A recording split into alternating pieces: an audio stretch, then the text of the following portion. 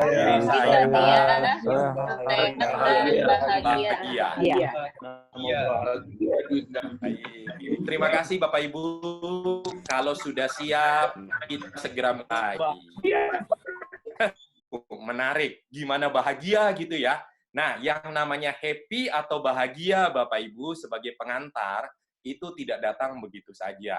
Yang namanya happy atau bahagia itu harus distimulasi. Jadi kalau saya nanya sama Bapak Ibu mana lebih dulu? Bapak Ibu harus senyum dulu atau Bapak Ibu happy dulu? Boleh bantu saya jawab Bapak Ibu, ini sebagai pengantar. Yang mau jawab boleh unmute. Senyum dulu, Happy Pak. dulu atau bahagia dulu? Senyum dulu, Pak. Senyum dulu ya. Senyum dulu. Happy dulu. Nah, Bapak Ibu. Nah, Bapak Ibu, kalau ada yang menjawab happy dulu atau bahagia dulu, Bapak Ibu, sayang sekali. Biasanya orang tersebut tidak happy-happy atau tidak bahagia-bahagia, Bapak Ibu. Kenapa? Karena yang namanya happy atau bahagia itu harus distimulasi, Bapak Ibu. Itu tidak datang begitu saja. Jadi contoh misalnya tadi, mana dulu, senyum dulu atau happy dulu, supaya Bapak Ibu bisa happy, stimulasilah Bapak Ibu dengan senyum. Ketika Bapak Ibu tersenyum, nah ini akan menggerakkan Bapak Ibu untuk fisiologi tubuh kita. Kan nggak mungkin kalau Bapak Ibu lagi senyum, nggak mungkin Bapak Ibu mikir sesuatu yang negatif. Biasanya nggak muncul gambar-gambar yang negatif. Yang muncul itu adalah gambar-gambar yang menyenangkan. Bapak Ibu kalau mau coba tes praktek aja Bapak Ibu. Coba Bapak Ibu mulutnya monyong. Bapak Ibu mulutnya Bapak Ibu monyongin, ya, monyongin, bimoli, bibir monyong 5 cm. Kalau sudah, sambil Bapak Ibu tetap monyong, Bapak Ibu coba munculkan gambar-gambar yang menyenangkan. Tetap monyong ya. Nah, saya yakin pasti Bapak Ibu agak sulit untuk memunculkan gambar-gambar yang menyenangkan. Karena apa Bapak Ibu? Fisiologi Bapak tubuh tidak mendukung. Nah, jadi supaya Bapak Ibu bisa happy atau Bapak Ibu bisa bahagia, yuk, mari kita stimulasi, mari kita bergerak, mari kita recharge, supaya bisa happy. Itu ya, semoga bisa membantu Pak Boston Pasaribu tadi. Menarik. Ya, gimana bisa bahagia di situasi seperti ini? Oke, siap Pak Boston? Yuk, kalau sudah siap, mari kita mulai Bapak Ibu. Saya sudah siapkan slide untuk Bapak Ibu. Dan topik kita hari ini, mari kita lihat sama-sama. Nah, topik kita hari ini Bapak Ibu adalah influencing customers with spin. Pertama-tama saya mohon maaf dulu Bapak Ibu, karena di judul materi yang saya kirimkan kepada Bapak Ibu, itu tulisannya influencing customer using spin technique. Itu termuncul di pikiran saya pertama kali ketika diminta, Pak, kira-kira Bapak mau delivery modul apa? Nah, muncul di pikiran saya, oke, bagaimana kalau kita influencing customer using spin techniques? Nah, tapi setelah beberapa hari kemudian, Bapak Ibu, saya mikir, saya rasa judulnya kurang tepat ketika menggunakan kata using spin technique, Bapak Ibu. Jadi saya ganti judulnya untuk hari ini, tetap influencing customer, tapi using-nya saya ganti dengan with spin.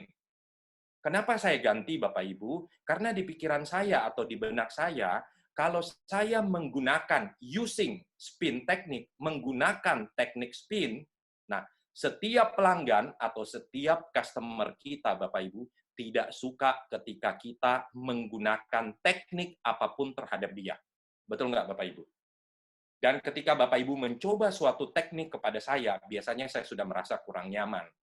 Karena apa? Karena di mindset kita, saya harus menggunakan teknik-teknik tertentu supaya bisa memanipulasi pelanggan atau klien saya.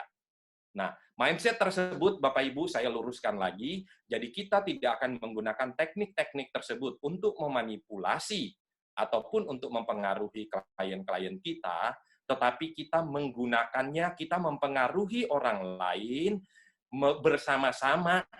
Jadi teknik tersebut itu adalah keseharian kita, lifestyle kita, gaya hidup kita. Yang memang kalau kita ketemu setiap orang, kita akan melakukan hal tersebut. Jadi bukan hanya karena Bapak Ibu ingin menjual kepada saya, Bapak Ibu menggunakan teknik tertentu. Tidak. Tapi mari jadikan apa yang akan kita bahas hari ini sebagai suatu lifestyle, sebagai suatu gaya hidup, sebagai suatu sikap integritas kita sehari-hari bahwa kepada siapapun saya ketemu, saya akan berperilaku seperti itu. Saya akan spin. Nah, kira-kira begitu Bapak Ibu, ya mindset-nya. Baik.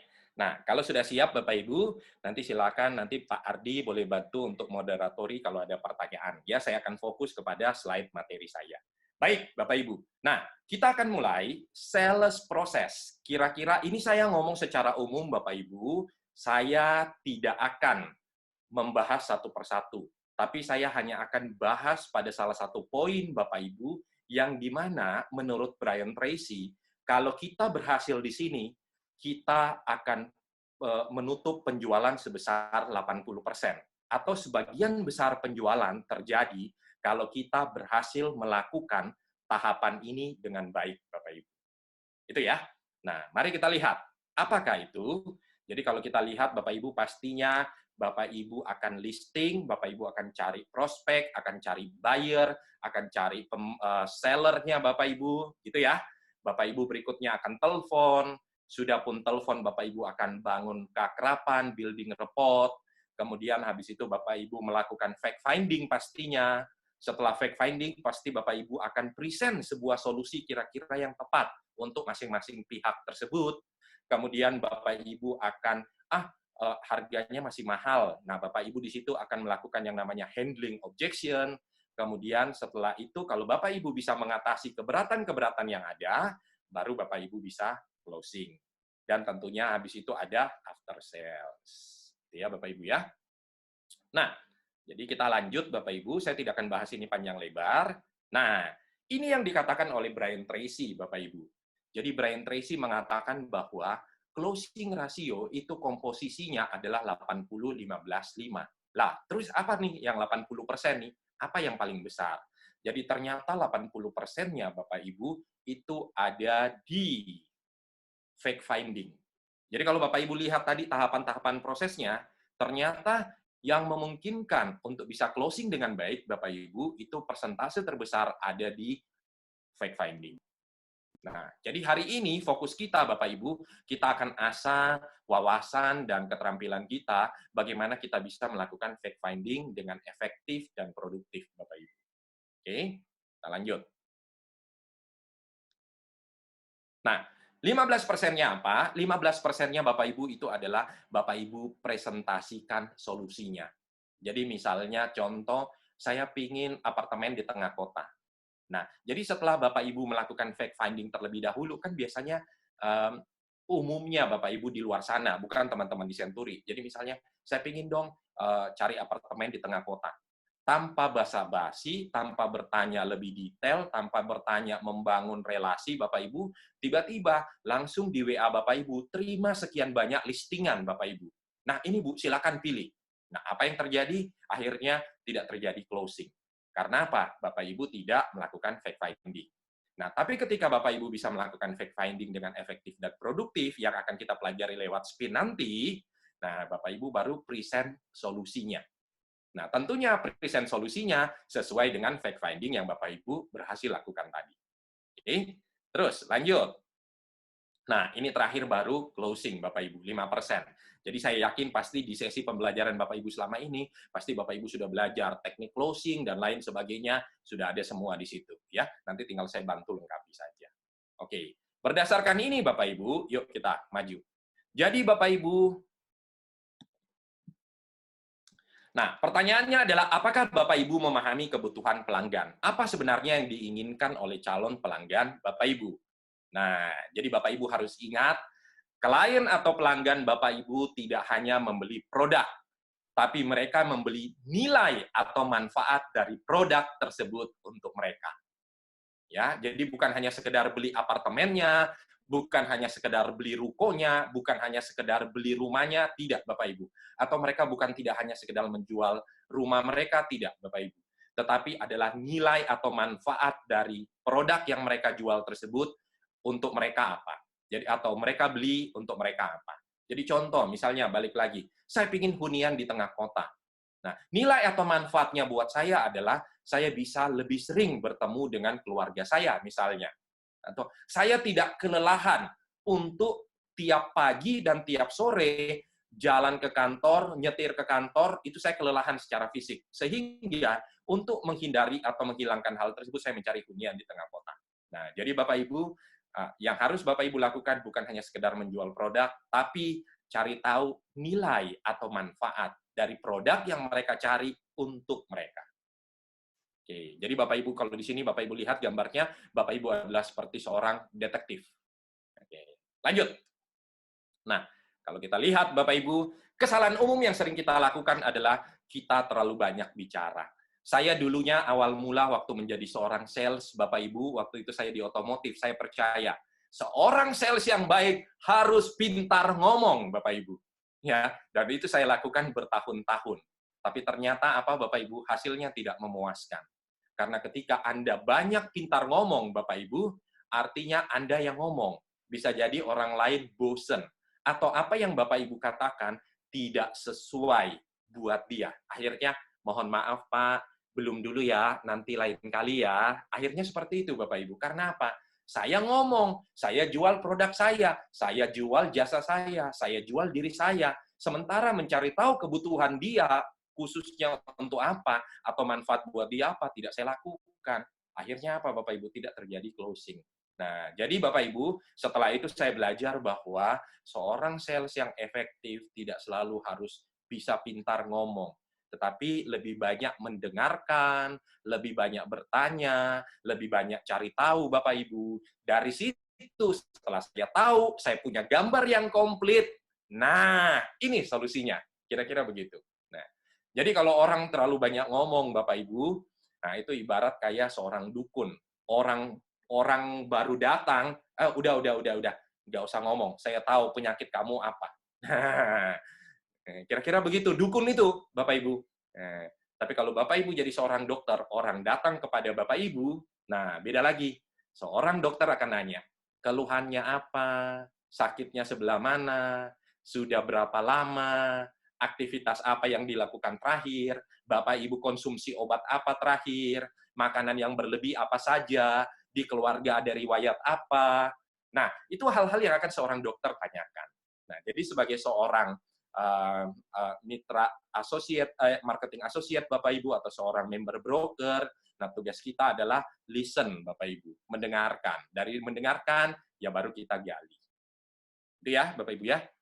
Baik, mari kita lanjut. Menggali nilai. Nah, tuh Bapak Ibu, penulis sales advantage. Orang tidak peduli. Nah, orang tidak mau kalau Bapak Ibu jual produk atau servis kepada dia.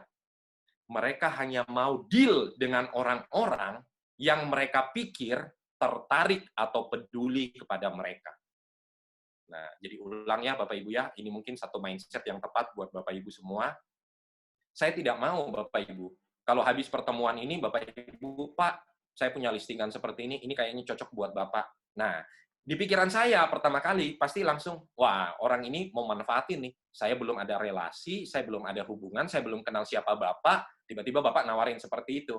Nah, biasa, oke Pak, silakan kirim aja, nanti saya pelajari. Omongannya akan jadi begitu Bapak Ibu. Nah, tetapi akan beda kalau Bapak Ibu care, Bapak Ibu peduli, Bapak Ibu bangun relasi dengan saya akan, oh oke, orang ini bisa saya percaya, orang ini tulus, orang ini bukan manfaatin saya, orang ini tidak manipulasi saya, dan saya akan senang hati bertransaksi atau deal dengan Bapak Ibu. Nah, jadi, orang tidak ingin Anda jual produk atau jasa kepada dia, tapi orang ingin deal dengan orang-orang yang peduli dan punya interest terhadap dia. Nah, bagaimana caranya? Yuk kita bangun lewat spin ini, Bapak Ibu. Jadi contoh beberapa pertanyaan Bapak Ibu yang menggali nilai. Nah, kenapa Ibu menginginkan apartemen kos seperti itu? Kenapa sih? Oh, saya ingin apartemen kos seperti itu karena dekat dengan kampus di mana anak saya kuliah. Nah, dari situ nanti ketika Bapak Ibu menawarkan solusi, Bapak Ibu akan menawarkan solusi berkaitan dengan jarak yang dekat, memudahkan, kenyamanan, bisa irit biaya transportasi, dan lain sebagainya. Karena kata-kata itu sudah keluar dari klien yang bersangkutan. Yot. Apa yang Bapak cari dari rumah tipe seperti itu? Nah, oh saya cari rumah tipe 36 karena ini rumah pertama saya, kemudian, apa namanya, rumah pertama saya, jadi saya pikir yang asri, yang nyaman untuk kami tinggali. Nah, dari situ Bapak Ibu bisa tahu, oh berarti kalau begitu ini rumah pertama yang bersangkutan, dia pingin yang nyaman, dia pingin yang asri. Nah, kira-kira solusi apa yang bisa Bapak Ibu tawarkan berkaitan atau dari listingan Bapak Ibu? Apa yang penting bagi ibu dengan membeli ruko tersebut? Oh, saya ingin beli ruko tersebut karena itu bisa, saya ingin buka usaha, dari buka usaha bisa memberikan atau menambah penghasilan saya sehari-hari. Nah, itu berarti value atau manfaat yang ibu tersebut cari. Nah, nanti tawarkan solusi berkaitan dengan value atau manfaat tersebut. Setelah Bapak memiliki kantor tersebut, apa yang paling memuaskan? Dan lain sebagainya. Ini adalah contoh-contoh, silahkan Bapak Ibu, pertanyaan-pertanyaan yang Bapak Ibu bisa ajukan untuk cari tahu value atau manfaat apa sebenarnya yang diinginkan oleh calon klien atau pelanggan Bapak Ibu. Nah, jadi caranya Bapak Ibu, ini ada dua pertanyaan praktis yang bisa Bapak Ibu membantu menemukan solusi. Jadi yang pertama Bapak Ibu adalah kenapa butuh? Dan yang kedua, Bapak Ibu, adalah apa yang menghambat. Kenapa butuh dan apa yang menghambat. Nah, ini dua-dua kata kunci Bapak Ibu yang kalau nanti Bapak Ibu tidak ingat spin seperti apa, nah Bapak Ibu bisa pakai dua kata kunci ini. Karena yang pertama Bapak Ibu menggali kebutuhan, dan yang kedua, Bapak Ibu cari tahu hambatan-hambatan apa supaya Bapak Ibu bisa bantu berikan solusi. Contoh ya, Bapak Ibu ya. Saya mau beli apartemen di tengah kota. Nah, jadi jangan alih-alih daripada Bapak Ibu langsung kasih, nih, listingan saya. Nah, alih-alih Bapak Ibu lakukan itu, Bapak Ibu tanya dulu, kenapa butuh? Nah, jadi kalau misalnya contoh, Ibu kenapa butuh? Nah, bisa jadi jawabannya macam-macam. Satu, jarak tempuh pulang pergi yang jauh. Nah, jadi kalau Bapak Ibu sudah tahu ini value atau manfaat buat dia, ini yang penting buat dia. Nah, nanti ketika Bapak Ibu propose solusinya, ngomongnya yang ini Bapak Ibu. Ngomong tentang meminimalkan jarak tempuh. Yang kedua, waktu terbuang percuma. Nah, bisa jadi itu. Nah, kalau itu yang penting bagi dia, silakan. Bapak Ibu explore, berikan solusi berkaitan dengan meminimalkan waktu yang terbuang percuma. Contoh lain, biaya transport yang tinggi. Nah, silakan Bapak Ibu explore. Contoh lain lagi, bisa lebih sering bertemu dengan keluarga. Dan yang terakhir Bapak Ibu adalah mengurangi stres. Nah, jadi ini kalau Bapak Ibu bertanya, nanti akan keluar, muncul jawaban-jawaban yang bisa Bapak Ibu explore, dan dari situ Bapak Ibu bisa tawarkan solusinya. Oke. Pertanyaan yang kedua, Bapak Ibu. Kalau tadi kan kenapa butuh? Nah, saya pikir-pikir dulu deh. Nah, kalau dia ngomong saya pikir-pikir dulu, tanya, apa yang menghambat Bapak atau Ibu, apa yang menghalangi Bapak Ibu untuk closing atau membeli unit tersebut, atau untuk menyewakan unit tersebut. Nah, kalau ini kita ngomong dari sisi buyer dulu ya, Bapak Ibu ya, dari sisi pembeli. Nanti kita akan ngomong, nanti di spin kita akan bahas dari dua sisi, dari sisi buyer dan dari sisi seller. Oke. Nah, apa yang menghambat? Kalau Bapak Ibu lihat, tabungan kurang. Kalau Bapak Ibu tahu apa yang menghambat tabungan kurang, nah Bapak Ibu kan kira-kira bisa menawarkan solusinya. Salah satu contohnya misalnya, ya udah Bapak Ibu nggak usah khawatir. 80% memang yang membeli properti ini melakukan KPA 10 tahun. Nah, mari coba kita hitung penghasilan Bapak kalau boleh tahu berapa.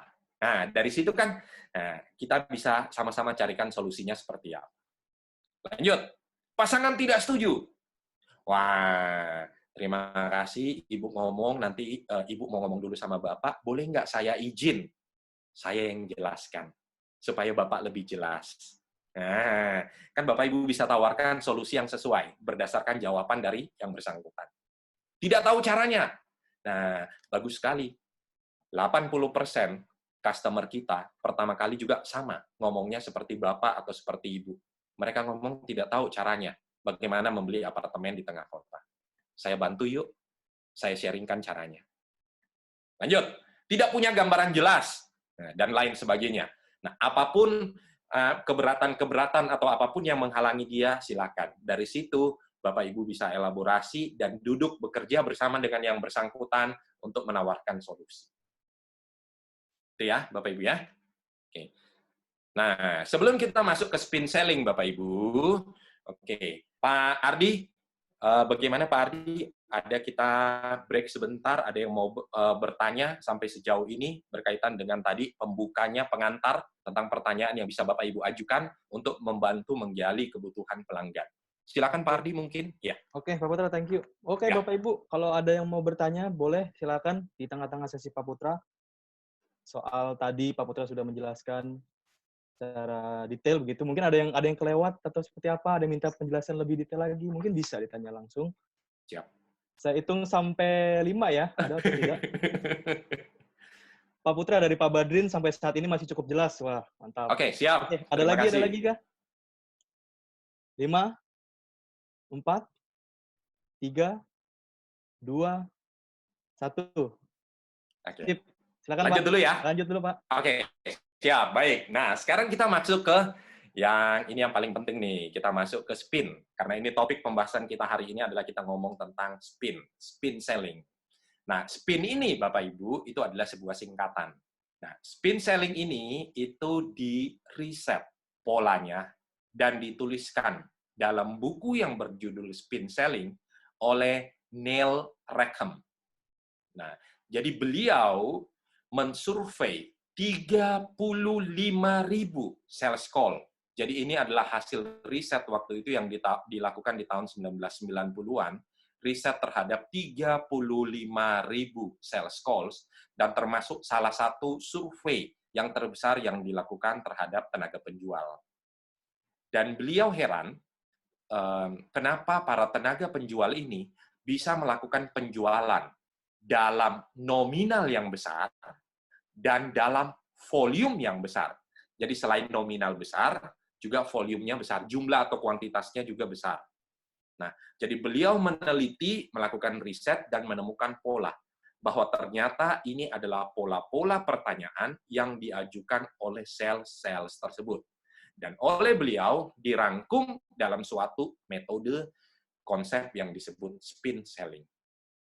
Nah, kalau Bapak Ibu lihat, spin itu apa? S. S itu adalah, dalam bahasa Inggris, Bapak Ibu, S itu adalah situation, situasi. S. P.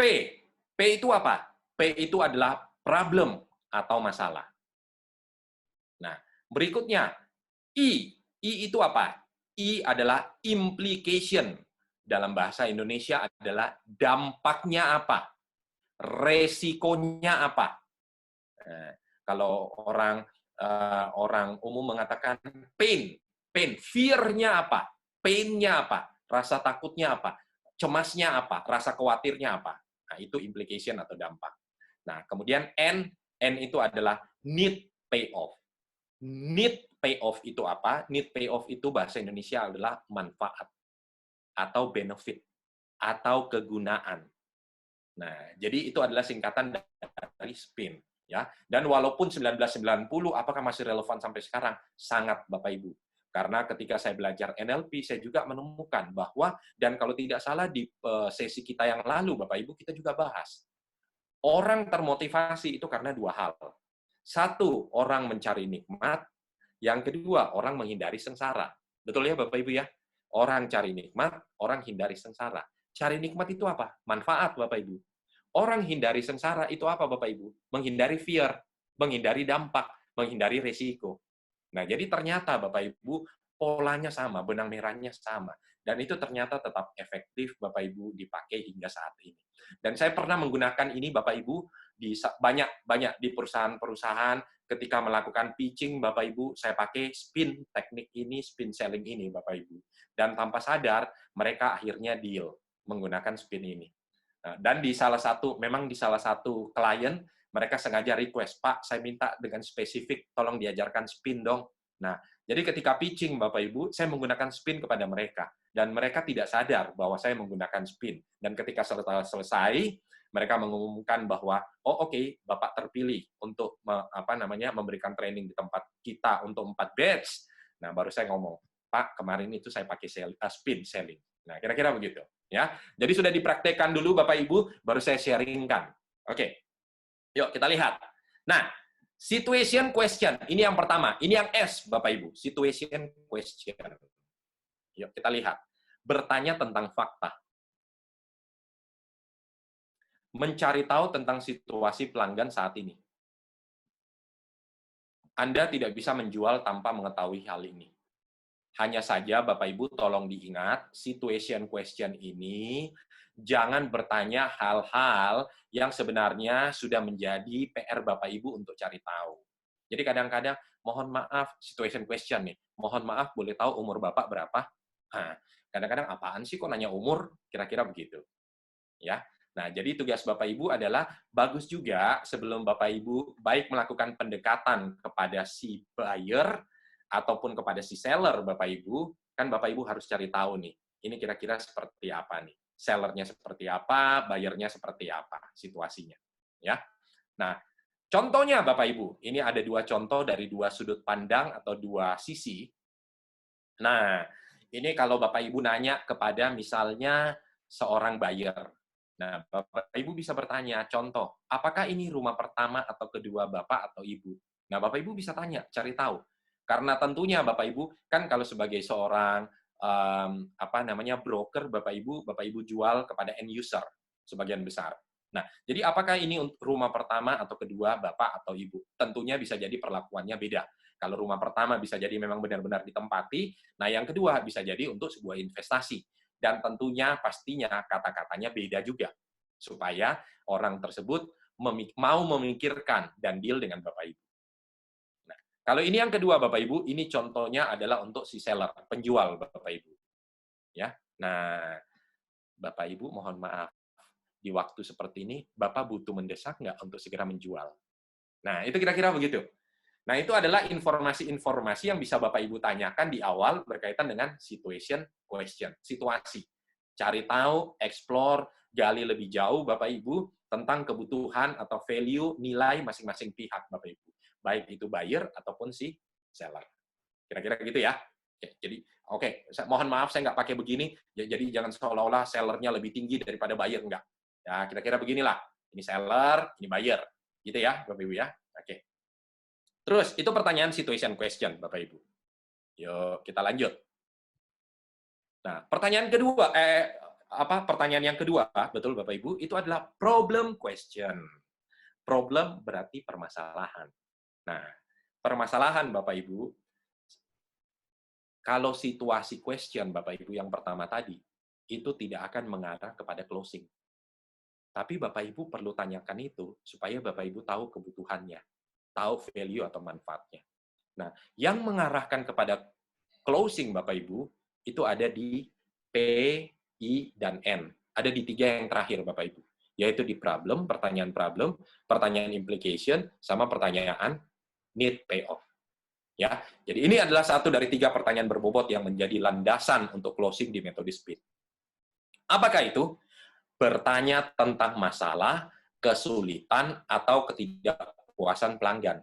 Contoh misalnya Bapak Ibu, kepada seorang seller, Bapak Ibu bisa bertanya, Pak, Bu, mohon maaf, selama ini Bapak Ibu ketika menjual atau Bapak Ibu menyewakan, puas nggak dengan member broker sebelumnya? Boleh dong nanya begitu Bapak Ibu? Oh, puas banget. Ya kalau dia jawab puas banget, Bapak Ibu perlu patah. Oh, baik, kalau Bapak Ibu puas, ya sudah Bu, ini listingan saya, terima kasih ya, semoga Bapak Ibu nanti mempertimbangkan untuk deal lewat saya.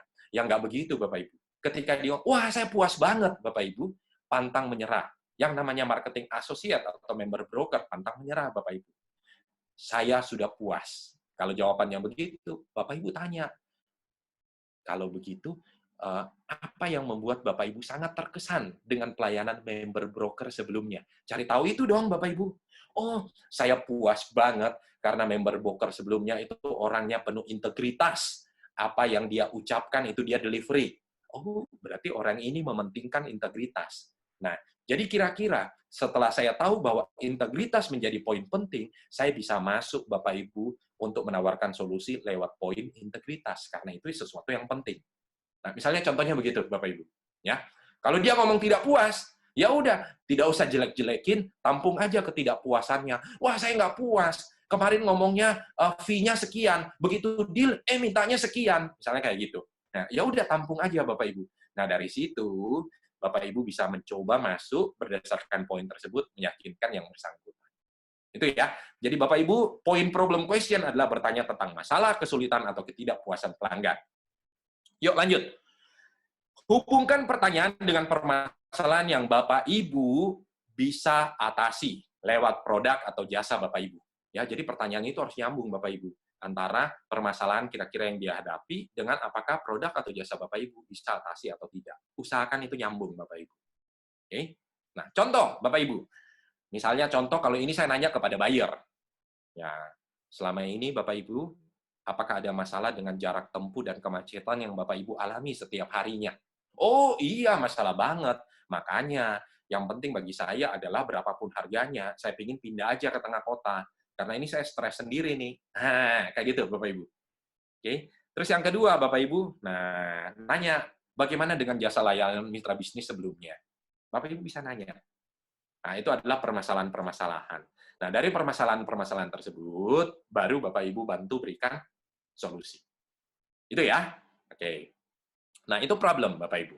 Yuk, kita lanjut, Bapak Ibu. Yang ketiga, implication. Implication ini adalah dampak, khawatir, rasa takut, kecemasan. Nah, ini Bapak Ibu bisa bangun hal-hal tersebut. Ya, misalnya salah satu contoh sederhana, Bapak Ibu. Pak, Bu, sayang loh, mumpung hanya di bulan Mei saja, promo yang kami berikan, misalnya contoh, promo yang kami berikan untuk fee listingan adalah sekian persen saja, hanya untuk di bulan Mei. Nah, bagaimana kalau Bapak Ibu coba menggunakan lewat jasa kami? Misalnya seperti begitu. Karena setelah bulan Mei, kami akan kembali ke harga normal. Itu salah satu contoh membangun kecemasan, Bapak Ibu. Satu contoh, wah oke, berarti saya harus memanfaatkan promosi ini. Misalnya kayak begitu, Bapak Ibu, contohnya. Oke.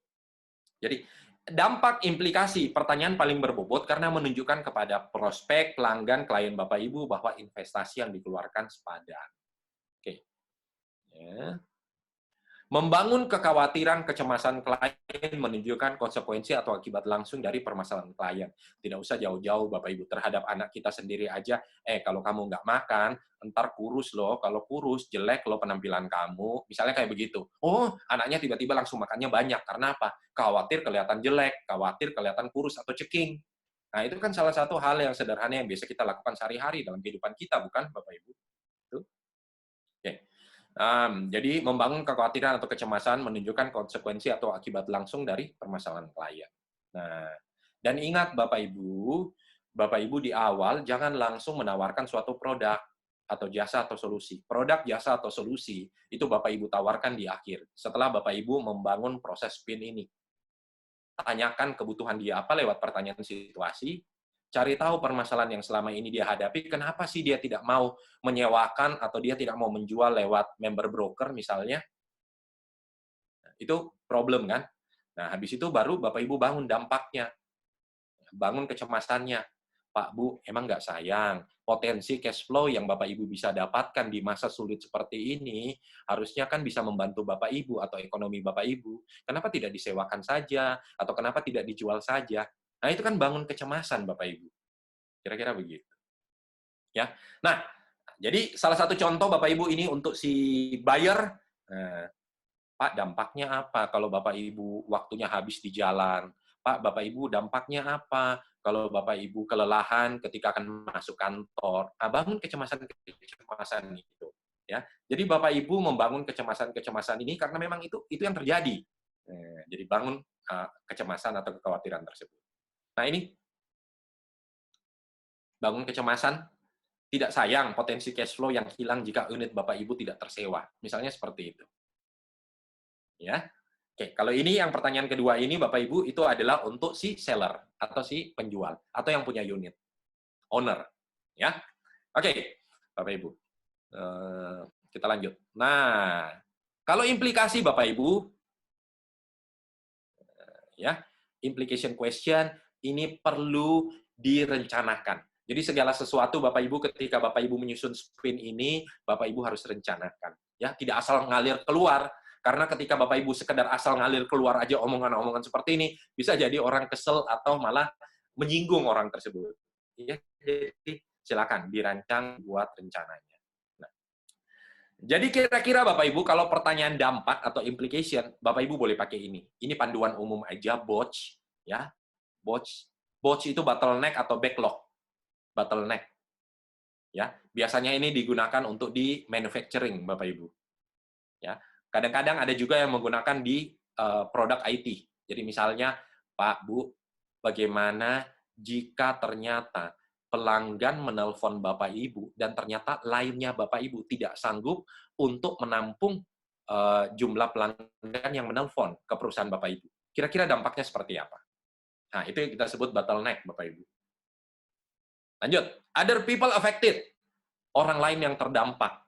Nah, contoh misalnya, kasihan kan anak Bapak Ibu, papanya pagi-pagi sudah berangkat sebelum mereka bangun, mereka sudah tidur, Bapak baru pulang. Gimana dong kasihan mereka? Mereka tidak bisa menikmati masa-masa pertumbuhan besar mereka bersama dengan ayahnya. Tidak bisa belajar bersama dengan ayahnya. Tidak bisa bersendagurau dengan ayahnya. Nah, misalnya begitu. Itu other people affected. Time loss, wasted, atau needed. Pak, Bu, bayangkan. Bapak dari Tangerang aja harus ke Jakarta, itu sekitar sekarang 1,5 jam. Nah, apa nggak sayang Bapak Ibu 1,5 jam tersebut yang sebenarnya Bapak Ibu bisa pakai untuk meeting dengan klien Bapak Ibu. Nah, itu time loss, wasted, atau needed. Cost associated, dengan biaya yang dikeluarkan.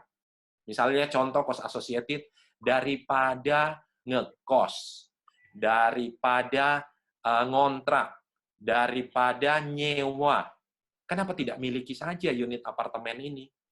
Toh setelah 10 tahun jadi miliknya masnya. Nah, itu cost associated. Dan yang terakhir, ribet. Ya, tidak ribet. Ya, kenapa tidak miliki saja hunian yang yang ada maintenance-nya. Jadi tidak perlu ribet, Bapak Ibu tidak perlu lagi membersihkan sendiri, tetapi sudah ada pelayan pribadi, butler ataupun maid yang membersihkan ruangannya Bapak Ibu. Hassle, ya ribet, tidak ribet. Nah, jadi itu yang Bapak Ibu bisa bangun dari BOTS ini, bangun supaya membangun kekhawatiran atau kecemasan. Itu ya. Oke, saya selesaikan satu lagi, terus habis itu saya berikan kesempatan kepada Bapak Ibu untuk kita berinteraksi dan tanya jawab. Oke. Nah, need payoff. Need payoff ini adalah manfaat. Ya. Menanyakan tentang nilai atau manfaat karena mengatasi atau menyelesaikan masalah yang ada. Ya. Fokus kita pada solusi, melibatkan calon pelanggan untuk memikirkan nilai atau manfaat dari produk yang ditawarkan. Nah, jadi Bapak Ibu, poinnya di sini adalah, Bapak Ibu, ini yang paling penting, pertanyaan manfaat. Jadi Bapak Ibu bertanya, manfaat atau nilai yang kira-kira akan diperoleh oleh calon pelanggan atau klien atau prospeknya Bapak Ibu, dan biarkan dia yang mikir. Orang tidak suka dinasehati, Bapak Ibu. Tapi ketika kita bekerja bersama-sama dengan dia, dan dia yang memikirkan jawabannya, sebenarnya dia sendiri yang lagi mempengaruhi dirinya. Jadi misalnya contoh ya, saya tidak pakai contoh di sini, kepada anak saya, Bapak Ibu. Saya suka ngomong seperti begini. Nah, coba kamu pikirkan, kalau kamu rajin, disiplin, konsisten belajar, kira-kira apa manfaatnya buat masa depan kamu? Nah, anak saya jawab, saya jadi orang sukses, Pak. Nah, bagus.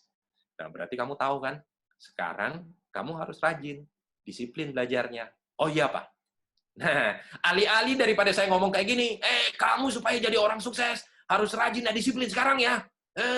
Enggak ah, aku lebih suka main, Pak. Kira-kira begitu.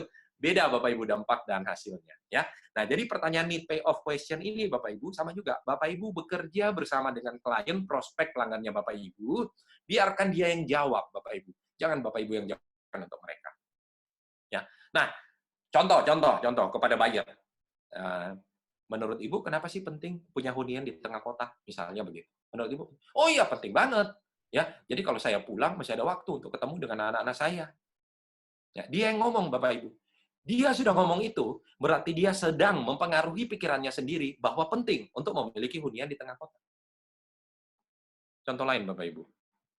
Nah, ini untuk si owner. Nah, Pak, Bu, Kira-kira menurut Bapak, penting nggak sih punya uang cash di saat situasi kondisi seperti ini? Oh, penting banget. Kenapa Pak penting banget? Iya, zaman sekarang harus pegang cash. Nah, misalnya kayak begitu. Karena kalau pegang cash, saya bisa beli sesuatu, saya punya tabungan, saya punya simpanan. Kita kan nggak tahu ini kapan berakhir. Nah, misalnya begitu. Nah, jadi sebenarnya dia sedang mempengaruhi pikirannya sendiri. Nah, jadi rancang pertanyaan ini Bapak Ibu supaya pelanggan prospek kliennya Bapak Ibu yang memikirkan jawaban mempengaruhi dirinya sendiri. Jadi bukan saya mempengaruhi Bapak Ibu, bukan. Atau bukan Bapak Ibu mempengaruhi prospek Bapak Ibu, bukan. Tapi prospek tersebut yang mempengaruhi dirinya sendiri. Oke. Kesimpulan. 1. Untuk bisa menjual dengan sukses, Bapak Ibu harus merencanakan dengan efektif. Model SPIN mensyaratkan Bapak Ibu berinvestasi dan merencanakan pertanyaan yang tepat. Saya yakin Bapak Ibu pasti tidak punya kesulitan dalam merencanakan pertanyaan-pertanyaan tersebut, Bapak Ibu. Itu ya. Karena saya yakin Bapak Ibu sekian lama di industri ini, Bapak Ibu pasti tahu kira-kira tipe pertanyaan seperti apa yang cocok untuk prospek Bapak Ibu. Ya pasti Bapak Ibu punya feeling. Ya. 2. Nah, gunakan SPIN ini sebagai alat bantu, bukan sebagai pil ajaib. Oh, pasti closing. Dan ingat Bapak Ibu, ini bukan teknik yang Bapak Ibu pakai untuk manipulasi orang, enggak. Duduk bersama mereka, rencanakan pertanyaan ini, dan ajak mereka sama-sama untuk menjawab pertanyaan ini. Perlakukan mereka sebagai partner atau mitra atau teman. Berikutnya, miliki mindset sebagai seorang problem solver, Bapak Ibu. Nah, bagaimana saya bisa jadi problem solver? Saya harus tahu kebutuhannya Bapak Ibu, baru saya bisa jadi problem solver. Dari mana saya bisa tahu kebutuhan Bapak Ibu? Pertanyaan situasi, pertanyaan problem.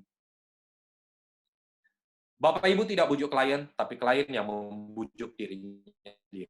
Tugas Bapak Ibu adalah lihat dari sudut pandang mereka, duduk bersama dengan mereka, dan mengerjakan ini bersama-sama dengan mereka.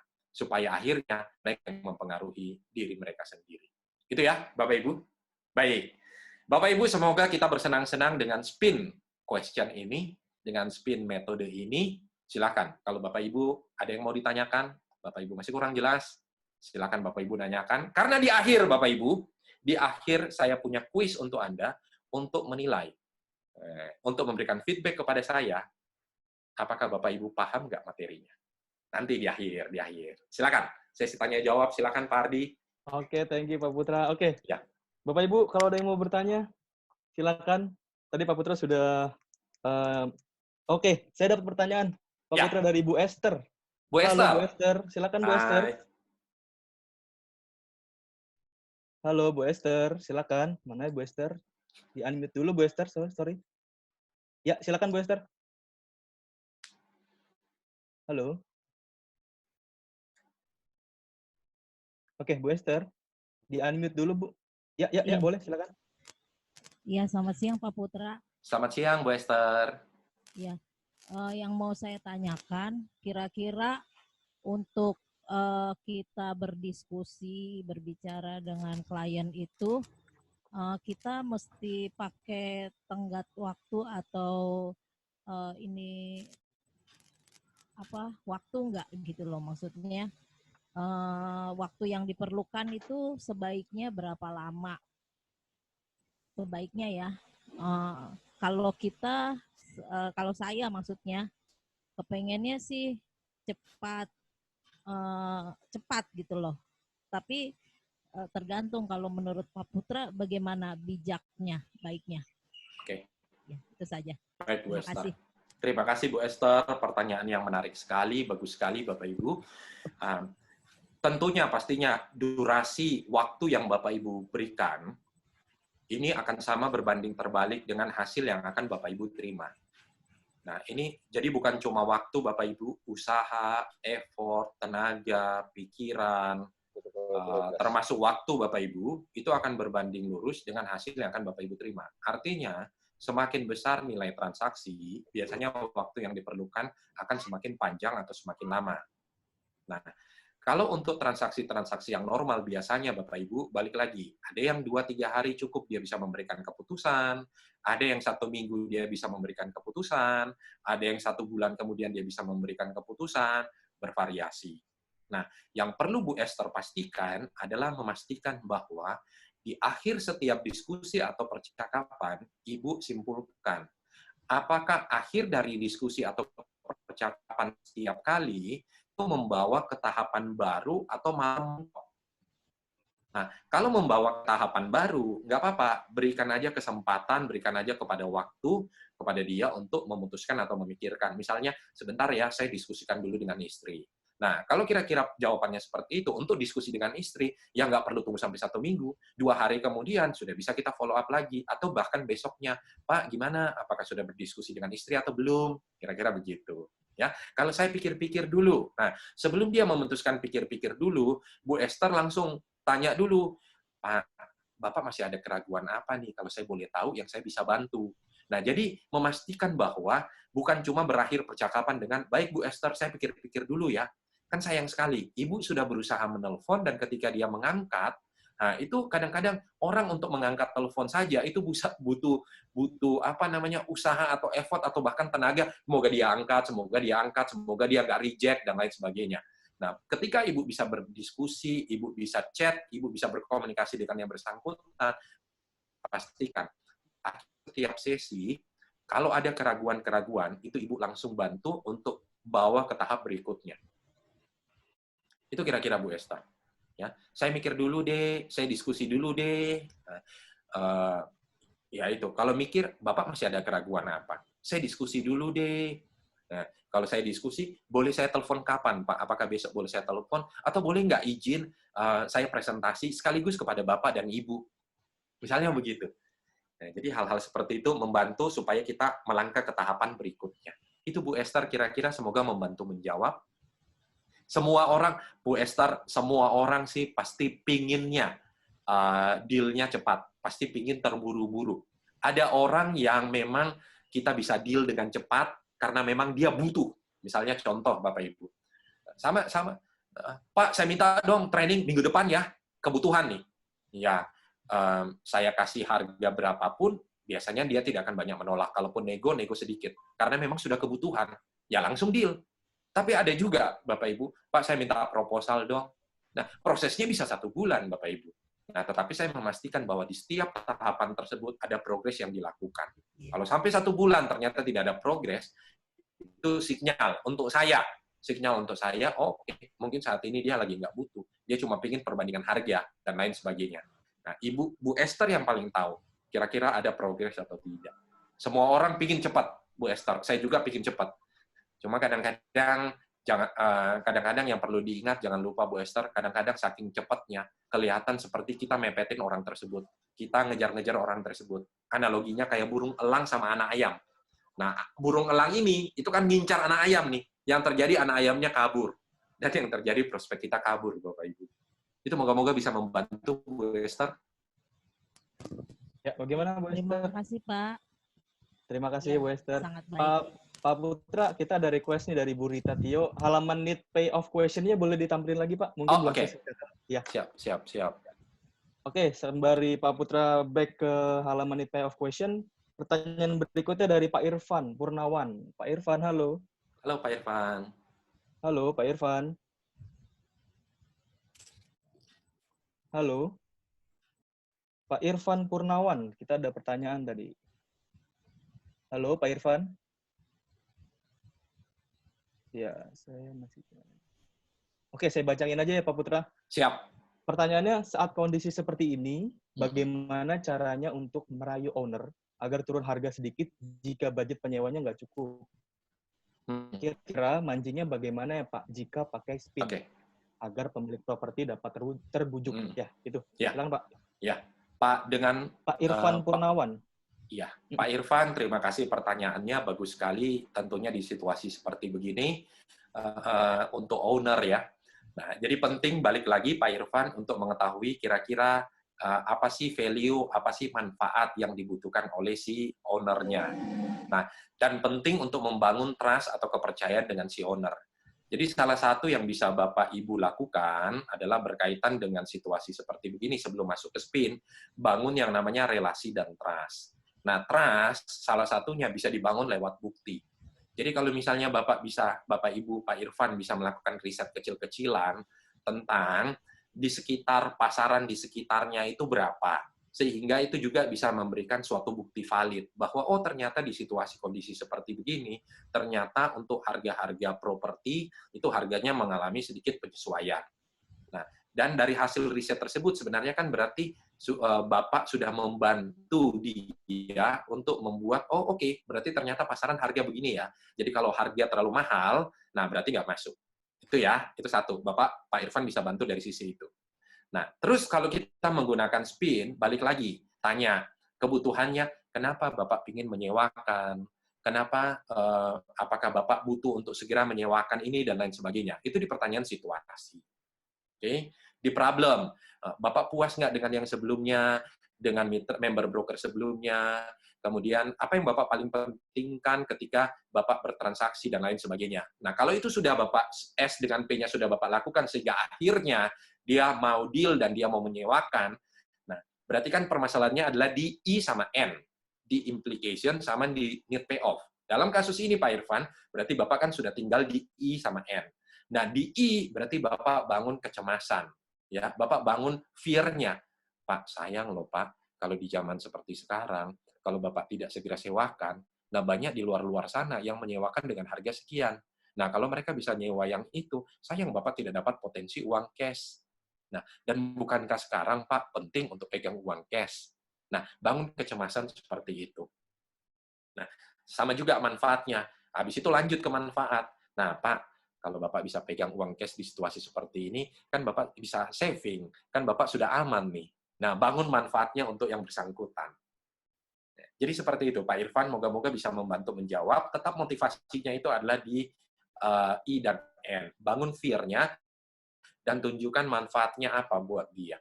Kira-kira begitu. Mungkin Pak Irfan bisa lebih memoles kata-katanya, kalau saya memang bukan background di properti, tetapi saya tahu kurang lebih memahami. Nah, kira-kira contoh umumnya seperti itu, Pak Irfan. Oke, thank you Pak Putra. Pak Irfan semoga bisa menjawab ya pertanyaannya.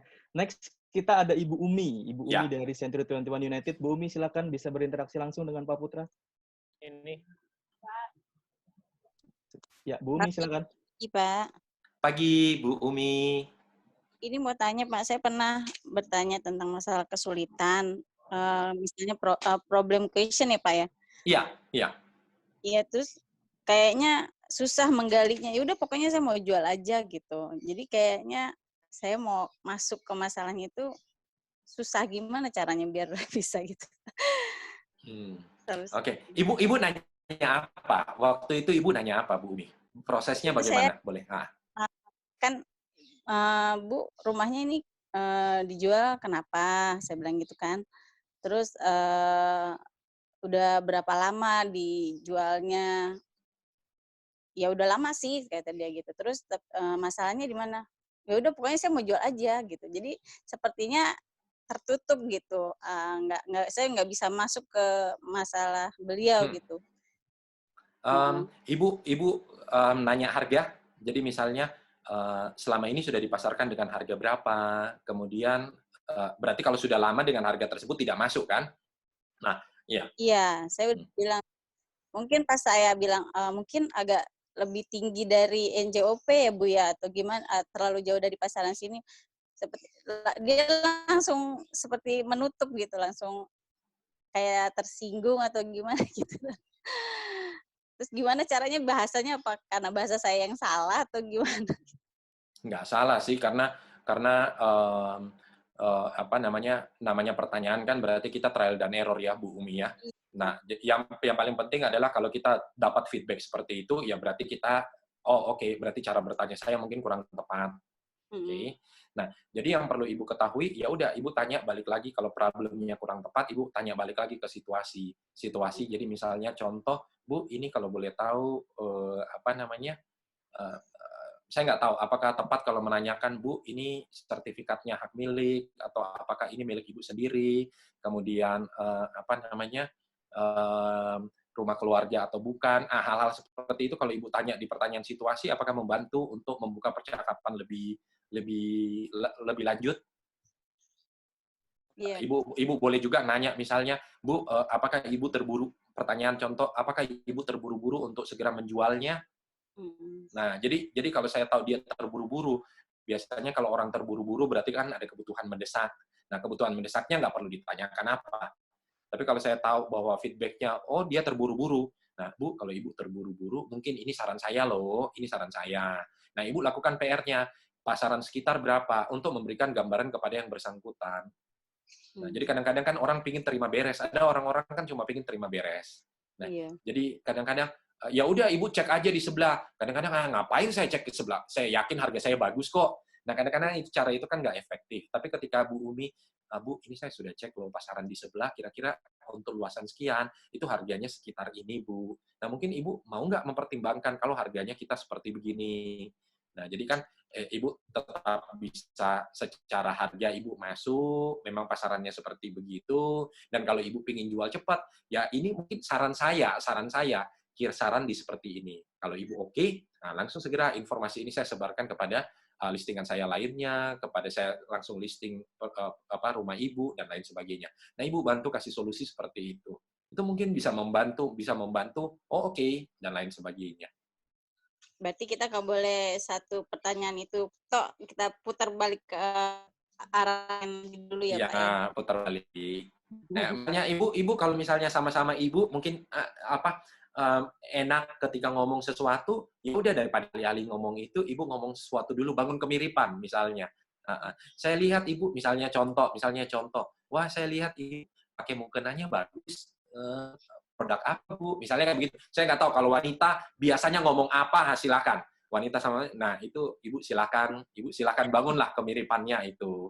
Anak sekolah di mana, Ibu? Ya kayak begitu. Mungkin kalau sesama wanita kan ketika ditanya tentang keluarga atau anak, oh anak saya ini yang paling besar umur berapa. Nah itu mungkin buat dia nyaman, bangun kemiripan itu. Nah habis itu baru silakan Ibu lanjutkan dengan pertanyaan-pertanyaan selanjutnya. Itu kira-kira mungkin, Bu Umi. Makasih, Pak. Siap, terima kasih. Thank you, Bu Umi. Kita next ya, Pak Putra, ke pertanyaan berikutnya ya. Silakan. Saya ada Ibu Marita dari Sentri 21 Centrum. Halo, Bu Marita. Bu Marita. Halo, Bu. Bisa mendengar suara saya, Bu? Halo. Halo. Ya, silakan, Bu. Halo, Pak. Halo, Ibu Marita. Iya, Bapak, saya mau tanya. Semalam alhamdulillah saya udah dapat prospek nih, Pak. Iya, amin. Dan saya udah ketemu sama, kebetulan sih teman sekolah gitu. Semalam saya udah datengin ke rumahnya. Nah, saya mau tanya ke Bapak, kira-kira pertanyaan saya ke orang itu benar gak ya? Saya kemarin tanya gini, ini rumah kenapa mau dijual? Pertama itu. Kedua, karena kita teman, jadi saya ngomongnya agak lebih santai ya Pak ya, lebih rileks gitu. Yeah. Terus karena itu sebenarnya rumahnya rumah keluarga Pak, rumah kakeknya. Nah, saya kan jadi mesti tahu juga mengapa ini rumah mau dijual, apakah saudara-saudaranya sudah sepakat untuk menjual. Dia bilang sih udah sepakat, cuman kan saya juga butuh satu surat yang mereka harus tanda tangani supaya tidak terjadi sesuatu di kemudian hari gitu ya Pak ya. Saya sih ngomongnya kayak gitu, cuman dia bilang, oh ya udah berarti gue mesti ngomong dulu nih sama tante gue, dia bilang gitu ya. Kayak begitu berarti nanti dia telepon lo deh, mungkin dia nanti mau tanya-tanya kali lebih detail gitu. Nah dia dari perkenalan saya pertama, saya bilang saya dari Senturi, dia sih responnya bagus. Dia bilang, oh iya Senturi mah gue udah tahu ya Pak. Ya kan namanya brandnya udah brand internasional, kan lu udah tahu sendiri. Iya sih makanya gue sih nggak ragu lah soal itu. Kedua juga lu kan teman gue, dia bilang gitu. Jadi kira-kira kalau saya udah menyampaikan seperti itu, menurut Bapak bagaimana gitu? Keren sekali Bu, dan itu efektif kan? Balik lagi apakah benar atau salah? Tidak ada pertanyaan benar atau salah, Bu Marita. Pertanyaan itu ya efektif atau tidak. Nah, kalau tidak efektif, pasti kan Ibu akan terima responnya. Misalnya enggak, masa lu sih nggak percaya sama gua? Yang kayak gitu nggak usah lah, lu pasarin aja. Misal kayak gitu, ya berarti tidak efektif. Tapi ketika Ibu bertanya seperti begitu dan Ibu menjelaskan dan dia bilang, oke, nanti tante gue yang telepon dan lain sebagainya, itu kan berarti kalau tadi kita ngomong, itu kan berarti ada perkembangan. Jadi tidak mentok atau tidak stuck di situ. Nah, jadi nanti tinggal Ibu tinggal lanjut lagi aja ke tantenya. Nah, nanti tinggal dilihat respon tantenya seperti apa kan? Oh, oke, boleh. Nanti kita buatin surat di atas materai, tanda tangan semua bahwa akan siap dijual, misalnya kayak begitu. Berarti kan itu prosesnya sudah tepat tuh. Iya, iya, heeh. Heeh. Jadi Nah, udah oke ya, Pak, ya? sudah oke. Oke banget. Oke banget. Oke banget, Bu Heeh. Marita. Hasilnya Oke, kan oke. Ibu sudah responnya positif kan? Iya. Iya, betul, betul, betul. Mhm. Heeh, heeh. Siap. Oke, itu aja sih, Pak. Terima Oke, Makasih kasih. banyak ya, Pak, ya. Sukses makasih. ya, Bu Marita. Sukses ya. Iya, Semoga ya. makasih, Semoga Pak. sukses bisa Semoga closing. closing ya, Pak. Amin. Closing. Amin, Amin, amin, amin. amin. Oke, Closing. Ya, Pak ya. Putra, Ya, saya ada request khusus dari Bu Yuliana. Pak, ya. halaman problem tolong ditampilin lagi, Oh, oke. halaman Problem. problemnya. Mungkin belum ini. Siap. Oke, kita langsung ke pertanyaan berikutnya. Pak Fuad dari Century 21 Metro. Mm-mm. Pak Fuad, halo. Selamat siang, Pak Fuad. Ya, halo selamat siang Pak. Ya, silakan Pak Putra. Fuad dengan Pak Putra langsung. Pak Fuad, halo. Ya, halo Pak Putra. Ya. Siang Pak. Selamat siang. Baik, pertanyaan saya tadi saya kurang jelas tentang BOTCH. Oh, oke. Mungkin bisa diulang lagi Pak. Oke. Yang lebih real gitu Pak. Ya, oke. Masih Pak. Terima kasih Pak Fuad. Sebentar ya, ini slide-nya persis habis setelah ini. Nah, ini. Nah, jadi BOTCH ini adalah panduan atau kerangka yang Bapak bisa pilih salah satunya untuk membantu Bapak membangun yang namanya kecemasan atau kekhawatiran dari calon prospek tersebut. Jadi misalnya contoh bottleneck atau backlogs. Kalau ini bottleneck atau backlogs, ini biasanya digunakan di manufaktur. Nah, kalau Bapak mau pakai saat ini juga, misalnya untuk di properti, Bapak bisa pakai misalnya ngomong tentang, misalnya contoh, Pak, ini saat terbaik untuk Bapak menyewakan atau Bapak menjual unit Bapak di tengah-tengah situasi seperti begini. Nah, mumpung sebelum harga di daerah tersebut mengalami penyesuaian. Nah, nanti kalau semua sudah mengalami penyesuaian, prospek, pelanggan, customer, klien punya banyak pilihan untuk bisa memilih, bukan cuma Bapak. Nah, jadi saran saya, lebih bagus untuk di situasi seperti ini, Bapak jadi pionir untuk menjual pertama kali. Nah, bottleneck kira-kira konsepnya begitu. Jadi, alih-alih daripada nanti semua harganya mengalami penyesuaian, customer banyak pilihan, nah kalau Bapak mau bangun kekhawatiran, Bapak sekarang aja Bapak jual atau Bapak mulai sewakan. Nah, sebelum harganya mengalami penurunan atau mengalami penyesuaian. Itu bottlenecks contohnya. Terus, other people affected. Ini saya coba sambil mikir ya, kira-kira contoh konteksnya di properti seperti apa nih. Other people affected. Jadi, other people affected, contohnya misalnya yang terdampak itu adalah keluarga. Pak, Bapak emang nggak eman atau nggak sayang. Bapak berangkat kantor, pagi-pagi anak-anak sudah berangkat sekolah. Anak-anak belum bangun. Bapak pulang malam-malam, anak-anak udah tidur. Nah, kalau Bapak begitu, Bapak nggak bisa lihat dong anak-anak Bapak tumbuh dan berkembang. Kenapa nggak cari rumah aja yang dekat tempat kerja Bapak? Misalnya begitu, itu other people affected. Nah, bangun kecemasan dia, karena dia tidak bisa atau dia kehilangan momen bersama dengan anak-anak atau keluarganya. Itu other people affected. Contoh. Terus time loss atau wasted atau needed. Jadi misalnya waktu yang terbuang percuma. Bapak nggak sayang 1,5 jam Bapak habis waktu dari kalau misalnya contoh dari Gading Serpong ke Jakarta, Bapak 1,5 jam habis waktu. Kan kalau Bapak misalnya tinggal di tengah kota, Bapak bisa manfaatkan 1,5 jam itu udah untuk meeting sama klien Bapak. Nah itu, jadi membangun kecemasan, kekhawatiran tersebut. Dan kalau Bapak sudah meeting kan Bapak bisa transaksi lebih banyak deal, misalnya begitu. Kemudian kalau cost associated, biaya. Nah, kalau biaya itu biaya-biaya, kira-kira apa biaya yang timbul? Misalnya contoh, Bapak membandingkan antara orang ngekos, atau orang ngontrak, atau orang nyewa. Kenapa enggak ini aja punya apartemen sendiri? Toh biayanya sama, dan dalam waktu 10 tahun sudah jadi milik Bapak. Misalnya kayak begitu. Atau sudah jadi milik Masnya. Nah, itu cost associated. Jadi Bapak bangun kekhawatiran, oh iya benar juga ya, kenapa selama ini saya bayar lebih, tapi cuma nyewa doang. Nah, misalnya kayak gitu. Ya, kalau hasil itu ribet. Orang tidak pingin ribet. Orang pingin segala sesuatu dimudahkan. Nah, jadi bisa jadi, Pak, kalau Bapak milih tinggal di daerah sana memang murah, Pak. Cuma Bapak lihat, infrastruktur belum dibangun.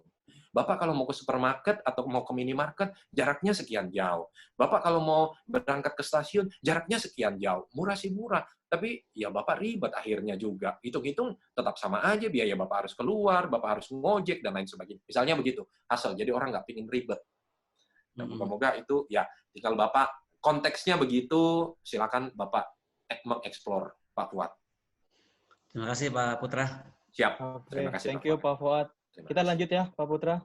Ya. Ada dari Pak Edward dari Century 21 United. Pak Edward, halo, selamat siang Pak Edward. Pak Edward, silakan.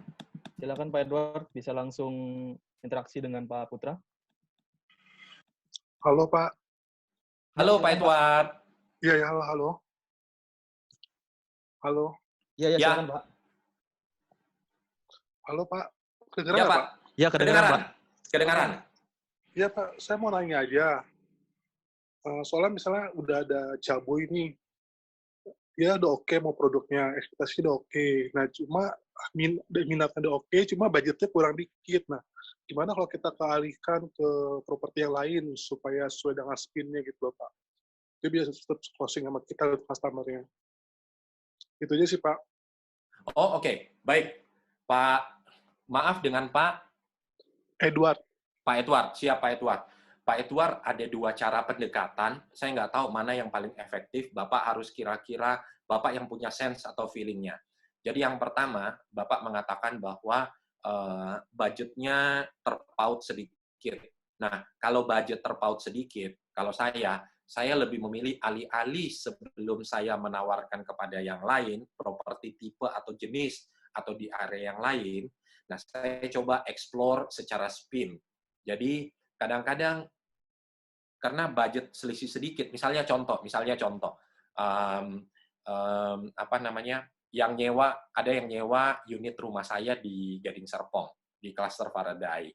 Nah, nggak tahu orangnya, moga-moga nggak ada di sini. Nah, jadi apa namanya, nyewanya sudah 2 tahun.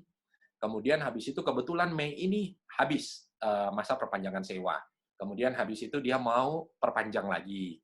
Nah, tentunya otomatis setelah 2 tahun harga naik dong, kira-kira begitu. Nah, cuma dia keberatan, Pak, kalau boleh jangan naik lah, kira-kira begitu. Apalagi di tengah masa kondisi seperti begini. Nah, tetap saya ngomong, ya udah, sama-sama kita mengerti situasi kondisi seperti begini, tapi saya naikin sedikit ya. Kan masa setelah 2 tahun tetap tidak ada kenaikan, itu artinya kan berarti kamu nyewa 4 tahun harganya sama seperti itu dong. Nah, kira-kira begitu. Nah, terus saya bilang, nah daripada alih-alih Bapak harus pindah, ribet kan? Apa nilainya cuma ketambahan sekian sedikit, Bapak kalau pindah Bapak harus pindahin AC, Bapak harus pindahin ranjang, Bapak harus apa namanya? Nyewa truk, Bapak harus nyewa pick up dan lain sebagainya. Nah, itu aja sudah repot. Belum lagi dibanding saat-saat seperti ini, Bapak harus lebih berhati-hati, tetap tinggal di rumah dan lain sebagainya. Nah, akhirnya apa? Akhirnya deal, Bapak Ibu. Nah, jadi balik lagi Pak Edward yang paling tahu. Apakah bisa nggak Bapak manfaatkan spin tadi untuk tetap deal, budgetnya dia fleksibel sedikit. Nah, kalau yang kedua, kalau menurut Bapak tidak kayaknya ya memang budgetnya udah mentok segitu gitu ya. Ya udah, berarti alternatif lainnya tinggal Bapak ya kira-kira properti mana yang cocok, unit mana, area mana yang cocok. Nah, Bapak bisa ini alternatif yang kedua. Silakan, monggo Pak. Pak Edward silakan mengeksplor. Pak Edward silakan kira-kira karena Bapak yang paling tahu konteks profiling customer-nya Bapak. Semoga membantu Pak Edward. Ya. Oke, siap. Makasih infonya ya, Pak. Terima kasih, Pak Edward. Pilihannya yang kedua sih, Pak. Pilihannya. Oh, oke. Ya. Oke. Makasih, Thank Pak. you. Sukses, Pak Edward. Semoga deal ya. Deal ya. Amin. Amin, Pak. Amin. Oke, Pak Putra, Ya. next kita ada Pak Badrin dari Century 21 Prioritas. Halo, Pak Badrin. Pak Badrin, hai. Ya, halo pagi, Pak. Silakan, Pak. Pagi. Iya, izin mau tanya nih, Pak. Silakan. Nggak pakai izin ya, langsung nanya aja. Langsung ya, Pak ya. Siap, Langsung, Pak Badrin. Jadi gini, Pak, kan saya lah sebagai boleh dibilang newbie atau rookie gitu, Pak, di bidang properti ini atau sebagai marketing associate di Century 21, Pak. Biasanya Nah, yang kalau saya Pak Badrin sebentar, biasanya kalau orang ngomong di awal ngomong newbie atau rookie nih, biasanya prestasinya bagus nih. Biasanya Waduh, prestasinya selangit nih. Ya, mudah-mudahan, Pak. amin. Ya, nah jadi yang mau saya pertanyakan adalah Pak, kan kita tadi dengan teknik spin tadi Ya. di S-nya itu kan kita sebagai solusi ya Pak ya. Situasi, nanya. Iya, kita sebagai situation atau bertanya. Nah biasanya akan pengalaman saya di bidang marketing lain, mereka juga selalu ada pertanyaan balik ke sales atau marketingnya adalah bagaimana kamu mau membantu saya gitu. Misalkan terus kalau misalkan saya jawab, iya kami di Century 21 dengan menceritakan background dari Century 21 yang pastinya seharusnya customer atau buyer itu sudah tidak meragukan lagi, tapi yang mereka akan ragukan adalah dari profiling si sales atau marketingnya itu, Pak. Nah, bagaimana trik dari Bapak atau untuk meyakinkan buyer ataupun developer supaya mereka yakin terhadap kami marketing associate ini untuk meyakinkan mereka kami bisa menjual atau mencarikan prospek kepada mereka gitu, Pak. Itu aja sih, Pak. Oke, siap Pak Badrin, terima kasih. Ya. Pak, yang namanya membangun supaya orang percaya atau supaya orang trust kepada Bapak, itu harus dibangun memang. Cara bangunnya macam-macam, Bapak bisa bangun lewat relasi atau kedekatan, tapi yang paling penting, membangun yang namanya trust atau rasa percaya, itu Bapak harus tunjukkan.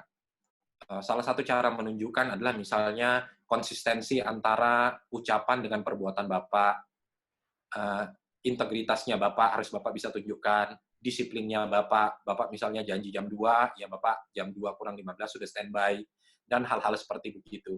Nah, hal-hal itu sederhana yang dibangun dari janji-janji seperti begitu, nah itu yang membuat orang, oh oke, orangnya ini bisa dipercaya. Terus satu, jadi itu harus dibangun. Cara membangunnya itu adalah satu lewat kesesuaian antara apa yang Bapak lakukan, Bapak ucapkan dengan yang Bapak lakukan. Terus yang kedua, Bapak bangun untuk bisa mendapatkan rasa trust dengan rasa percaya dari orang, itu harus Bapak bangun lewat konsistensi. Jangan Bapak hari ini seperti ini, besok Bapak berubah. Nah, kalau Bapak tidak konsisten, biasanya orang jadi meragukan. Orang ini bisa saya percaya atau enggak ya? Nah, jadi dari hal seperti itu bisa Bapak bangun. Dan tentunya membangun itu lewat bukti atau Bapak harus menunjukkan. Nah, jadi supaya misalnya dalam hal ini ketika saya baru di industri properti atau saya baru di industri developer dan lain sebagainya.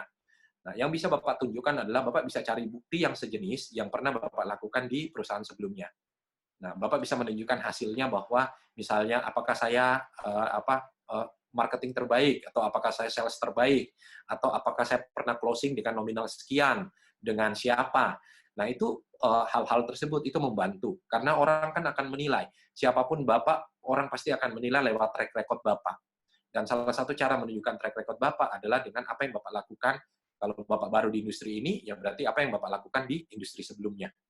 Nah, silakan Bapak bangun profiling tersebut dengan hati-hati, termasuk juga Bapak bisa bangun rasa trust orang kepada Bapak. Bangun, sekarang banyak sosial media, Pak Badrin. Bapak bisa bangun supaya orang trust atau percaya kepada Bapak lewat wawasan Bapak tentang industri ini. Jadi misalnya contoh, Bapak mengatakan, misalnya contoh Bapak menulis artikel, jadi saran saya kalau di sosial media itu jangan selalu melulu posting yang namanya produk. Kalau orang posting produk, biasanya begitu lihat produk, udah males. Tapi kalau di situ Bapak isi dengan hal-hal yang membangun brandingnya Bapak. Contoh misalnya, tips memilih rumah di tengah kondisi pandemi seperti ini. Misalnya begitu. Nah, ketika tulisan Bapak menarik, itu kan sebenarnya membangun brand atau kompetensi Bapak di sosial media tersebut. Nah, dan orang kadang-kadang sebelum bertransaksi dengan seseorang, kadang-kadang suka ngintip kan sosial medianya. Nah, Bapak bisa bangun. Banyak hal yang Bapak bisa bangun lewat hal-hal tersebut, Pak Badrin. Semoga bisa membantu menjawab Pak Badrin. Ya, Pak. Makasih banyak, Pak, buat advice-nya, Pak. Ya. Sukses selalu, Pak Badrin. Sama-sama, Pak. Terima kasih, Pak. Terima kasih. Thank you, Pak Badrin. Pak Putra, kita mau lanjut atau gimana, Pak Putra? Kalau Lanjut yang aja. nanya, ya, kalau masih ada pertanyaan kah? Masih ada Kalau 2 sepertinya, Pak Haris dan juga Bapak atau Ibu dengan username Mart ini. Oke, kita batasi maksimal tinggal 3 pertanyaan Oke, mungkin. oke. Setelah itu kita kuis sebentar, Boleh. supaya paling tidak teman-teman kita bisa nilai, oh ini pertanyaan saya pasnya di situasi, oh pasnya di implication, atau pas di need payoff, dan lain Oke, sebagainya. Oke, silakan. tiga lagi ya. Ya, Pak, 3. dengan Bapak Haris dari Century 21 United. Halo, Ya. selamat siang Pak Haris. Halo, selamat siang Pak. Silakan Pak, Baik, dengan Pak Putra Haris. langsung. Ya, baik Pak. Ini saya ada sharing pengalaman Pak. Jadi waktu itu saya kan punya owner, dia jual rumahnya. Ya,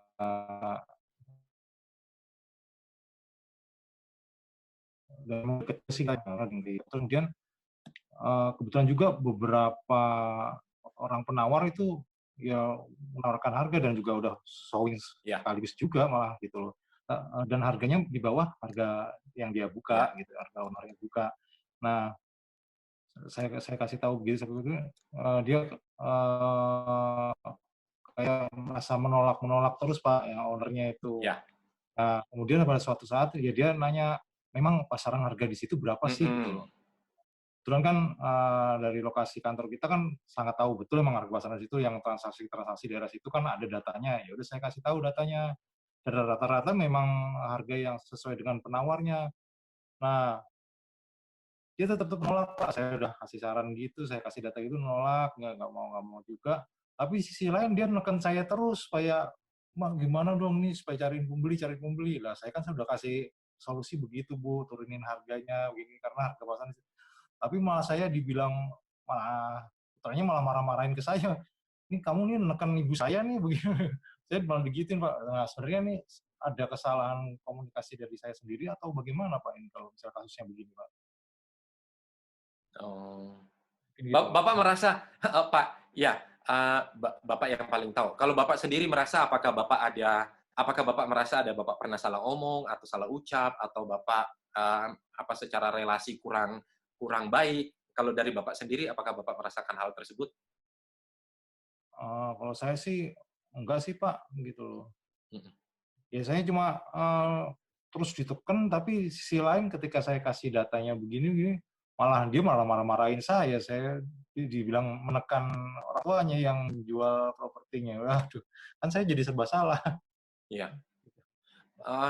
Ya, Pak, saya nggak tahu apakah efektif atau bisakah dilakukan. Jadi misalnya contoh, oke, misalnya dia, let's say, harganya X, seperti itu. Kemudian Bapak, oke, Bu, baik kita coba ya. Jadi kadang-kadang kan ada orang yang tipikal orang yang kalau Bapak ngomong enggak, atau Bapak, Bu, nggak bisa Bu, kalau harganya begini, nggak bisa, susah saya carikan penjual, misalnya begitu. Ada orang kan yang ketika Bapak begituin, dia langsung, oh berarti kamu neken saya, misalnya kayak begitu. Nah, ada juga pemilihan kata-kata mungkin yang tepat, misalnya, ya baik Bu, saya coba ya, dengan harga yang Ibu minta, saya coba pasarkan. Kita lihat feedback-nya seperti apa ya, misalnya begitu. Nah, kan ada orang-orang yang, walaupun kadang-kadang orang ya aneh, baik Pak, saya coba diskusikan dulu ya dengan atasan saya, siapa tahu bisa memberikan harga sesuai dengan yang Bapak minta. Misalnya begitu. Hanya dengan ngomong begitu, oh oke, silakan kamu diskusi dulu deh. Nah, misalnya begitu. Dan habis itu setelah itu dia membuka diskusi dibanding, Pak, mohon maaf Pak, harganya udah mentok segitu nggak bisa. Gimana sih kamu menekan saya? Nah, misalnya begitu. Silakan, Bapak mungkin lebih fleksibel aja. Ya, saya coba ya, Ibu. Nanti kita lihat hasilnya. Ibu kasih waktu saya 1 bulan ya. Nanti kita lihat hasil atau feedback-nya seperti apa. Nah, begitu aja, Pak. Mungkin begitu Bapak lebih membuat komunikasinya jadi lebih lancar lagi, dan habis itu bisa masuk lagi dengan sesuatu. Mungkin begitu, Pak. Jadi dibuat lebih cair gitu ya, Pak ya? Ya, begitu aja. Saya coba ya dengan harga sekian, seperti yang Ibu minta, nanti kita lihat hasilnya bagaimana. Mungkin begitu. Oh iya, baik Pak. Terima kasih Pak. Siap, terima kasih dengan Pak Haris. Terima kasih Pak Haris. Sukses Pak Haris, thank you. Oke, next ada Bapak dengan username Mart. Dengan Bapak siapa Pak? Halo. Ya, silakan Pak. Dengan Bapak siapa Pak? Martin Pak. Pak Martin, silakan Pak Martin. Pak Martin. Ya, ini iya Pak. Jadi ini baru kemarin bertemu dengan penjual. Jadi sudah ngobrol-ngobrol, tetap pendiriannya 1%, Pak. Harganya sekitar 5,6. Pokoknya nggak mau tahu saya 1%. Gimana caranya, Pak? Supaya tetap bisa berubah pendirian itu, Pak. Pak Martin, maksudnya beliau udah ngobrol sana kemarin 1% tetap 1%. Saya bilang ya ada aturannya Pak. Saya bilang itu tetap 1%. Saya nggak mau tahu saya pokoknya 1%. Gimana Pak cara? Itu teman Pak. Itu teman. Bukan teman Pak. Saya bel langsung disuruh kebetulan dekat rumah. Saya ke rumahnya. Ya memang rumah ini ya 5,6. Ya. Terus udah enak ngobrol-ngobrolnya. Tapi dalam perjalanan tetap ngotot pokoknya 1%. Itu aja. Terakhir juga ya gimana Pak? Ya 1%. Saya nggak mau tahu katanya gimana cara prosesnya Pak. Terima kasih. Oke. 1% itu fee-nya maksudnya kan ya? Iya. Oke. Pak, balik. Ada beberapa cara pendekatan yang bisa Bapak lakukan, Pak Martin. Satu, Bapak coba cek. Bapak coba cek apakah bisa nggak 1% ini. Bisa nggak? Maksudnya, ya ini kan kasus-kasus tertentu yang kalau Bapak lihat ini adalah hot prospect. Nah, Bapak eskalasi kan? Bapak eskalasi. Nah, nanti keputusannya seperti apa, nggak tahu, tapi Bapak eskalasi. Nah, syukur-syukur kalau jadi, ya deal. Kalau tidak, berarti bisa jadi asumsinya dia bukan prospek atau dia bukan owner yang tepat. Kan kita harus move on nih. Nggak bisa dipaksain kan? Karena kan sudah Bapak muter, koordinasi juga sama MB, member broker, ternyata nggak bisa. Ya sudah. Ya berarti bisa jadi dia bukan prospek yang tepat. Oke? Terus, nah, yang kedua, pendekatan Bapak yang berbeda, berarti kan kalau mintanya seperti itu, harga tidak mungkin dinaikkan. Iya, harga tidak, karena harga di pasaran seperti begitu.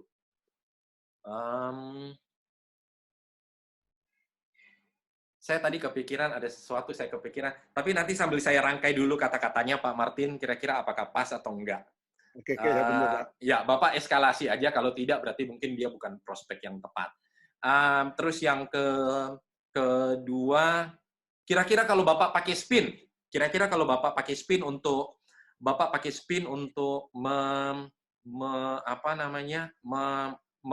meyakinkan dan mempengaruhi. Contoh misalnya begini, Pak. Bapak pakai spin itu, Bapak butuh cepat nggak ini dijual? Nah, kan Bapak bisa balik lagi. Nah, kalau Bapak butuh cepat, saya bisa bantu, saya hubungkan, saya listing, tetapi nggak bisa 1%. Nah, itu kan kekuatan negonya di situ. Nah, biasanya orang menekan itu bisa jadi dia tidak punya kebutuhan. Jadi, Pak Martin, 1% ya fee-nya ya. Bisa jadi ya udah kalau Pak Martin ya jalan. Ya, kalau enggak saya nothing tulus, kira-kira begitu. Nah, penting mungkin Bapak harus gali dulu kebutuhannya dia untuk apakah memang dia mau buru-buru jual atau tidak, apakah mendesak untuk jual atau tidak. Karena ketika orang tidak ada kebutuhan, ya saya tinggal tunggu dari Pak Martin aja sampai Pak Martin bilang 1%. Tapi kalau saya butuh itu mendesak untuk dijual, pastikan Pak Martin, tolong dong, gimana sih? Coba ini saya butuh uang nih, misalnya begitu. Nah, dari situ kan ada muncul bargainingnya Pak Martin. Nah, kondisi ini, Pak Martin kan tidak imbang berarti. Satu owner, satu Bapak di sini. Kira-kira begini posisinya. 1% dong. Ya, jadi mungkin bagus juga Pak dibuat begini lewat spin tadi. Kalau dia tidak ada kebutuhan, ya berarti mungkin, ya berarti saya tidak punya bargaining power kan. Tapi kalau dia butuh, ya berarti di situ bargaining power. Pak, sudah 1 bulan. Bapak belum berhasil nih. Karena memang tidak ada yang mau terima 1% kan? Misalnya begitu. Ya. Dan 1 bulan Bapak hitung aja. 1 bulan Bapak hitung 1% aja dengan harga begitu. Bapak sudah potensi loss-nya berapa? Nah, bangun kecemasannya kan? Saya nggak tahu. Jadi mungkin bukan saat ini, tapi 1 bulan kemudian Bapak follow up lagi. Oke, kalau sih. Ya, Pak Martin. Semoga deal ya. Semoga deal. Iya, semoga Pak. Makasih Amin. Pak. Terima kasih Pak Martin. Oke, Pak Putra, sepertinya pertanyaannya sudah habis. Ya. Silakan Pak Putra, lanjutkan Pak Putra. Ya, saya main-main sebentar dengan Bapak Ibu secara cepat aja. Jadi Bapak Ibu saya akan minta respon dari Bapak Ibu. Nanti kita lihat latihan spin. Jadi biar Bapak Ibu dapat pengetahuan baru dan sekaligus juga Bapak Ibu kira-kira bisa dapat feeling-nya. Kira-kira pertanyaannya seperti apa sih? Dan untuk melakukan itu Bapak Ibu, ya, untuk melakukan itu, nah kita main sebentar. Bapak Ibu bisa buka di tab-nya Bapak Ibu, buka tab baru atau buka window baru, baik itu di laptop, PC, ataupun di gadget Bapak Ibu, di handphone. Bapak Ibu bisa ketikkan www.menti.com. Menti.com, dan Bapak Ibu di situ nanti akan diminta code. Bapak Ibu bisa masukkan code-nya itu angka 123053. Bapak Oke, buka. silakan Bapak Ibu Ya. langsung ke www.menti.com dan gunakan kode 123053. Saya tulis di chatroom ya. Ya. Saya akan pindah sebentar, slide-nya akan saya tutup yang ini. Pak Ardi, saya akan langsung pindah ke layar website ini. Sebentar, Pak Putra, saya catat dulu.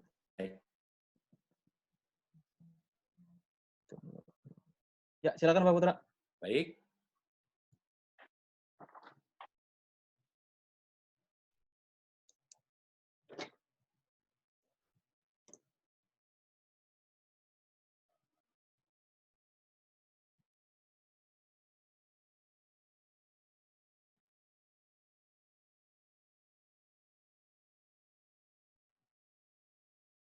Bapak Ibu yang sudah berhasil masuk, itu masih ada tulisannya menti.com, kodenya 123053.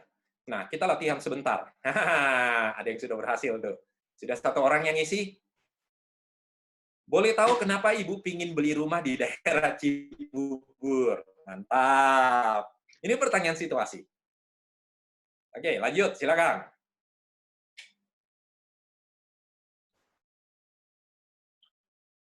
Dari satu orang.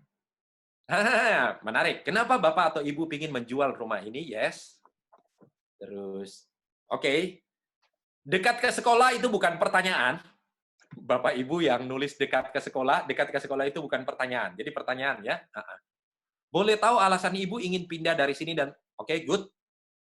Boleh tahu kenapa Ibu mau ambil rumah satu lantai saja? Good, bagus. Sudah berapa lama dijual? Bagus sekali. Apakah ini rumah pertama Ibu? Yes. Apakah ini rumah keberapa? Yes. Kenapa Bapak harus segera pindah? Yes, betul, bagus. Kenapa Ibu pilih rumah? Lokasi Lipo, Pak. Good. Mau beli rumah di Jaksel? Yes. Berapa komisi yang harus saya bayar ke agent? Yes. Oke, ini pertanyaan situasi juga. Oke, di awal digali. Berapa lama Bapak Ibu mulai? Boleh tahu Pak, alasan mencari apartemen di tengah kota? Yes, good, bagus. Apa yang mencari rumah di daerah Serpong? Yes. Kebutuhan apa sampai Bapak penjual dengan cepat? Yes, bagus sekali. Apa DP bisa dicicil setelah COVID? Saya sudah suka. Yes, pertanyaan.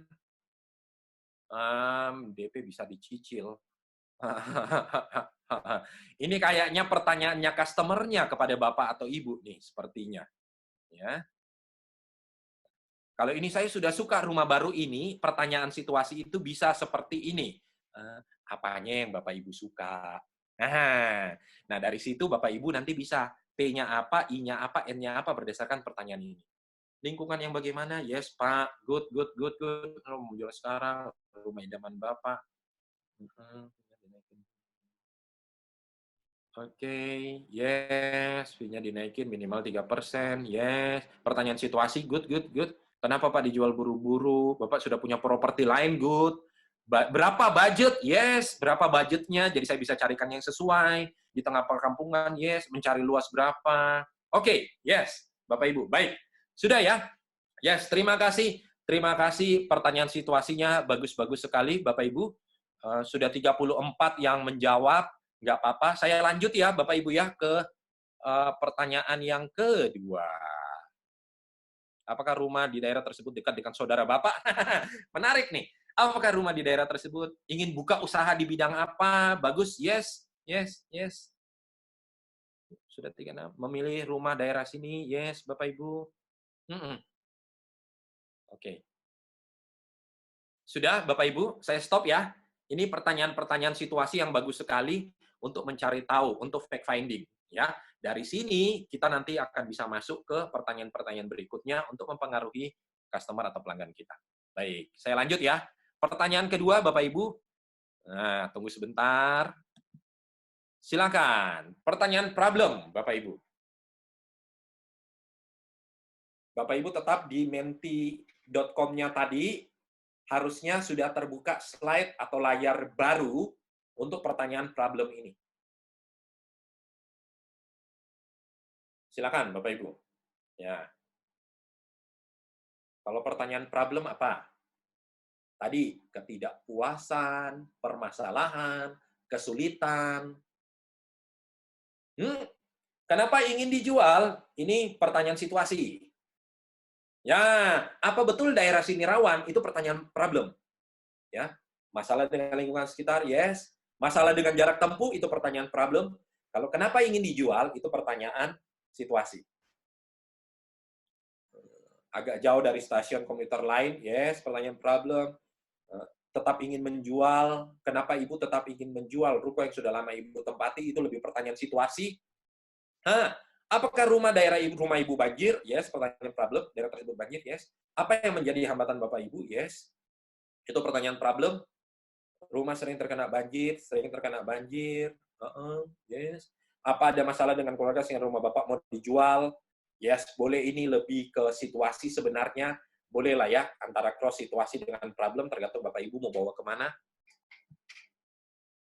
Problem apa yang bapak ibu temui selama ini? Yes, problem. Dekat akses tol? Yes, problem.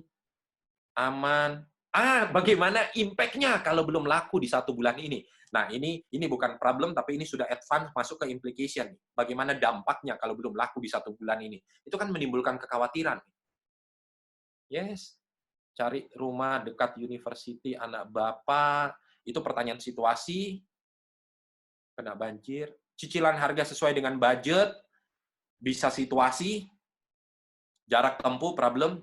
Sudah berapa lama ini problem bisa atau dampak, implikasi. Rumah tersebut dijual untuk pembagian warisan, ini lebih ke situasi. Kebutuhan mendesak, ya, kebutuhan mendesak, problem.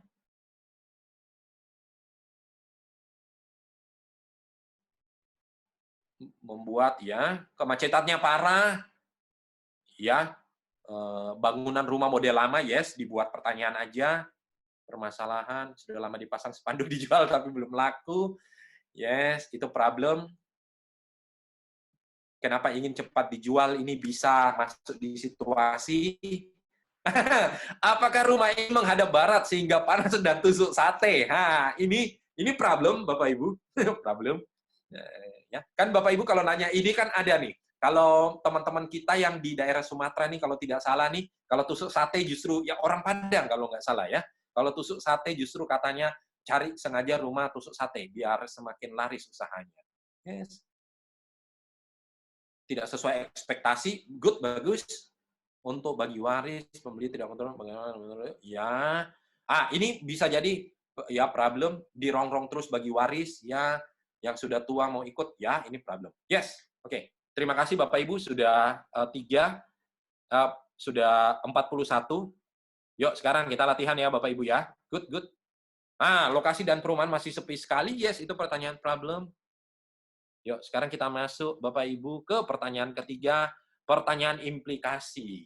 Ayo, silakan. Bapak Ibu tunggu sebentar. Harusnya di layar Bapak Ibu sudah muncul pertanyaan yang ketiga. Silakan. Kira-kira kalau pertanyaan dampak. Pertanyaan dampak, salah satu tadi ada yang menuliskan apa impact-nya atau apa dampaknya kalau tidak tersewa 1 bulan lagi. Nah, itu pertanyaan dampak. Membangun kecemasan.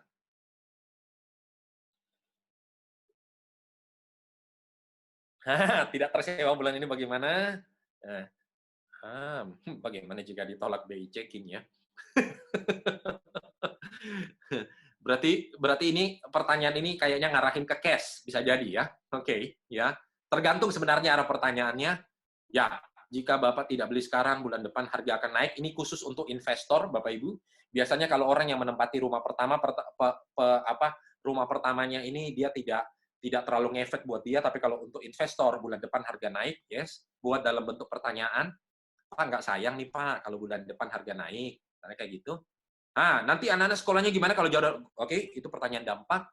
Kalau KPR-nya tidak di-approve, berarti mungkin Bapak Ibu mau ngarahin ke cash kayaknya. Kalau harga sewanya jauh dari ekspektasi Bapak, bagaimana?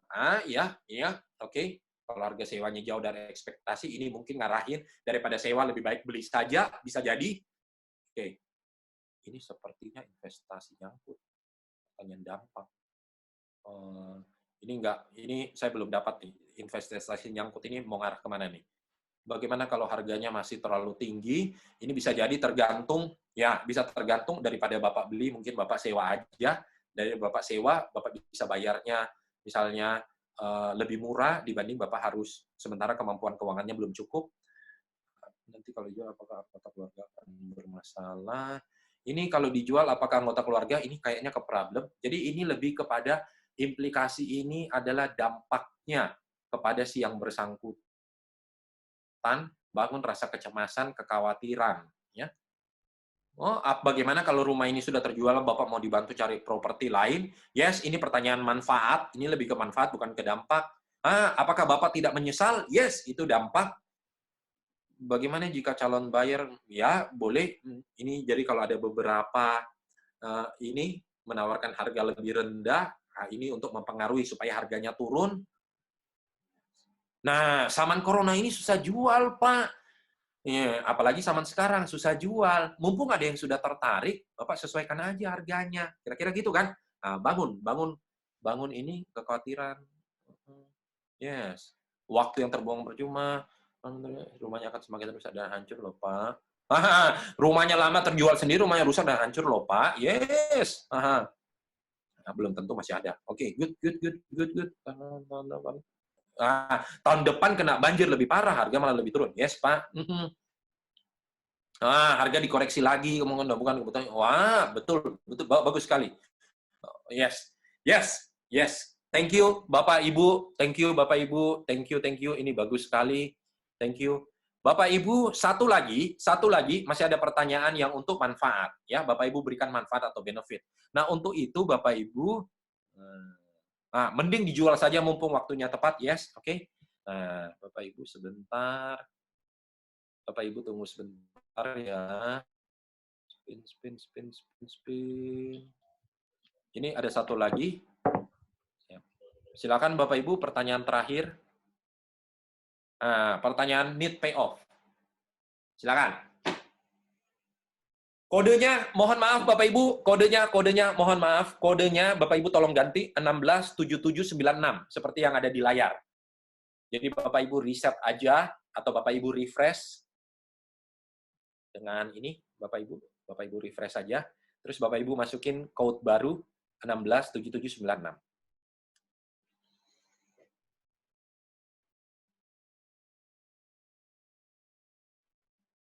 Silakan, kalau yang sudah bisa langsung mengisi.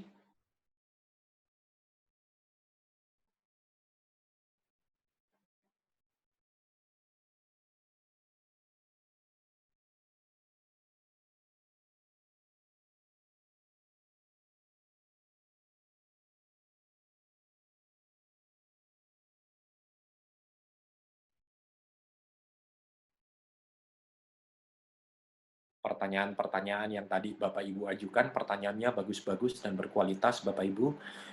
Harapannya dengan melatih ini, Bapak Ibu jadi lebih punya empati, Bapak Ibu jadi lebih bisa duduk bareng dan bersama dengan pelanggan, prospek, baik itu owner ataupun buyer, dan Bapak Ibu bisa seperti teman, bekerja, carikan solusi bersama. Good. Keuntungan apartemen tengah kota, ini membujuk dia atau yang bersangkutan supaya memikirkan jawabannya sendiri dan mempengaruhi dirinya sendiri. Nah, kalau Bapak pindah di sini lebih hemat ongkos karena dekat kantor Bapak kan? Ya, menurut Bapak apakah Bapak bisa lebih hemat ongkos kalau Bapak pindah? Yes. Lebih aman kalau punya cash? Yes. Mengapa Bapak ingin berumah di daerah pinggiran itu pertanyaan situasi Bapak Ibu, ya. Seberapa penting memiliki Calvin ini? Yes. Penting banget karena mumpung di saat seperti ini saya invest harga murah nih. Nah, nanti bisa jadi harga berlipat-lipat. Yes, boleh kita ubah cara bayarnya menjadi cicilan, yes. harga bagus buat investasi. Kapan Bapak akan melakukan KPR untuk pembelian rumah tersebut? Kapan Bapak akan melakukan KPR? Ini closing ya, Bapak Ibu ya, bukan pertanyaan manfaat. Ini ngarahin closing. Ya, kalau Bapak bisa jual sekarang, apa sih yang Bapak rasakan? Apa manfaatnya? Manfaatnya pegang cash, Bapak beli di sini. Bagaimana dengan fasilitas yang Bapak butuhkan? Nah, ya, bagaimana kalau rumah ini strategis dan dekat ke pasar, sekolah, dan mall? Manfaatnya buat Bapak apa? Nah, tanyakan itu. Ya, ya Ibu nggak usah tunggu antrian, yes, manfaat-manfaat itu. Ya, jadi tanyakan kepada yang bersangkutan, tanyakan supaya dia yang mikirin manfaatnya. Oh iya benar, kalau fasilitas lengkap, ya saya anak sekolah udah nggak perlu jauh, ya kan? Nah, ada mall, ada rumah sakit, saya mau berobat dekat. Nah, biarkan dia yang mikir. Jadi Bapak Ibu yang bertanya. Yes. Nah, Bapak beli rumah di saat pandemi seperti ini, menurut Bapak efeknya berkaitan dengan harga apa ya? Nah, kayak gitu kan, diarahin. Mengapa mencari properti di situasi wabah corona? Nah, ini pertanyaan situasi, Bapak Ibu. Ya, Pak, Bu, manfaatnya kalau rumah Bapak punya clubhouse buat Bapak apa? Nah, itu nanya, kasih pertanyaan. Wah, keren banget kalau punya clubhouse, prestis, pride, harga diri. Nah, biarkan dia yang menjawab, Nah, nanti tinggal Bapak Ibu mengulangi apa yang dia jawab. Oh, Bapak nggak usah macet-macet, yes. Tinggal akan merasa nyaman. Pak, Bu, fasilitasnya aja yang paling canggih. Kalau fasilitasnya seperti ini paling komplit, manfaatnya buat Bapak Ibu apa? Keluarga Bapak Ibu apa? Yes. Apakah setelah rumah terjual, apakah Bapak ada rencana mau investasi lain? Nah, kalau ini pertanyaan situasi Bapak Ibu, ya.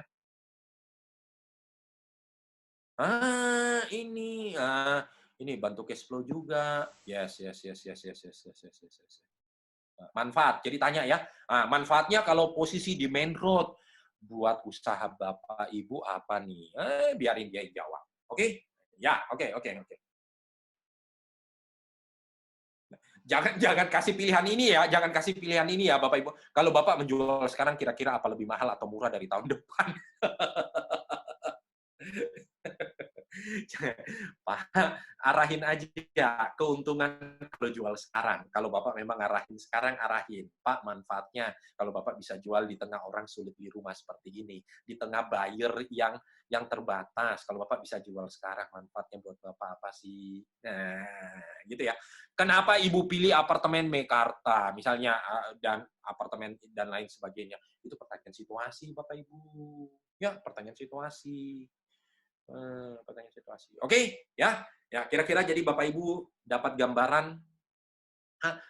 Pak, Bu, ini ngomong di puncak. Pak, Bu, kira-kira kalau Bapak Ibu dan keluarga setiap akhir pekan bisa berlibur di resort seperti ini atau di properti seperti ini, gimana sih manfaatnya buat Bapak atau Ibu? Apa yang Bapak Ibu rasakan? Misalnya kayak gitu.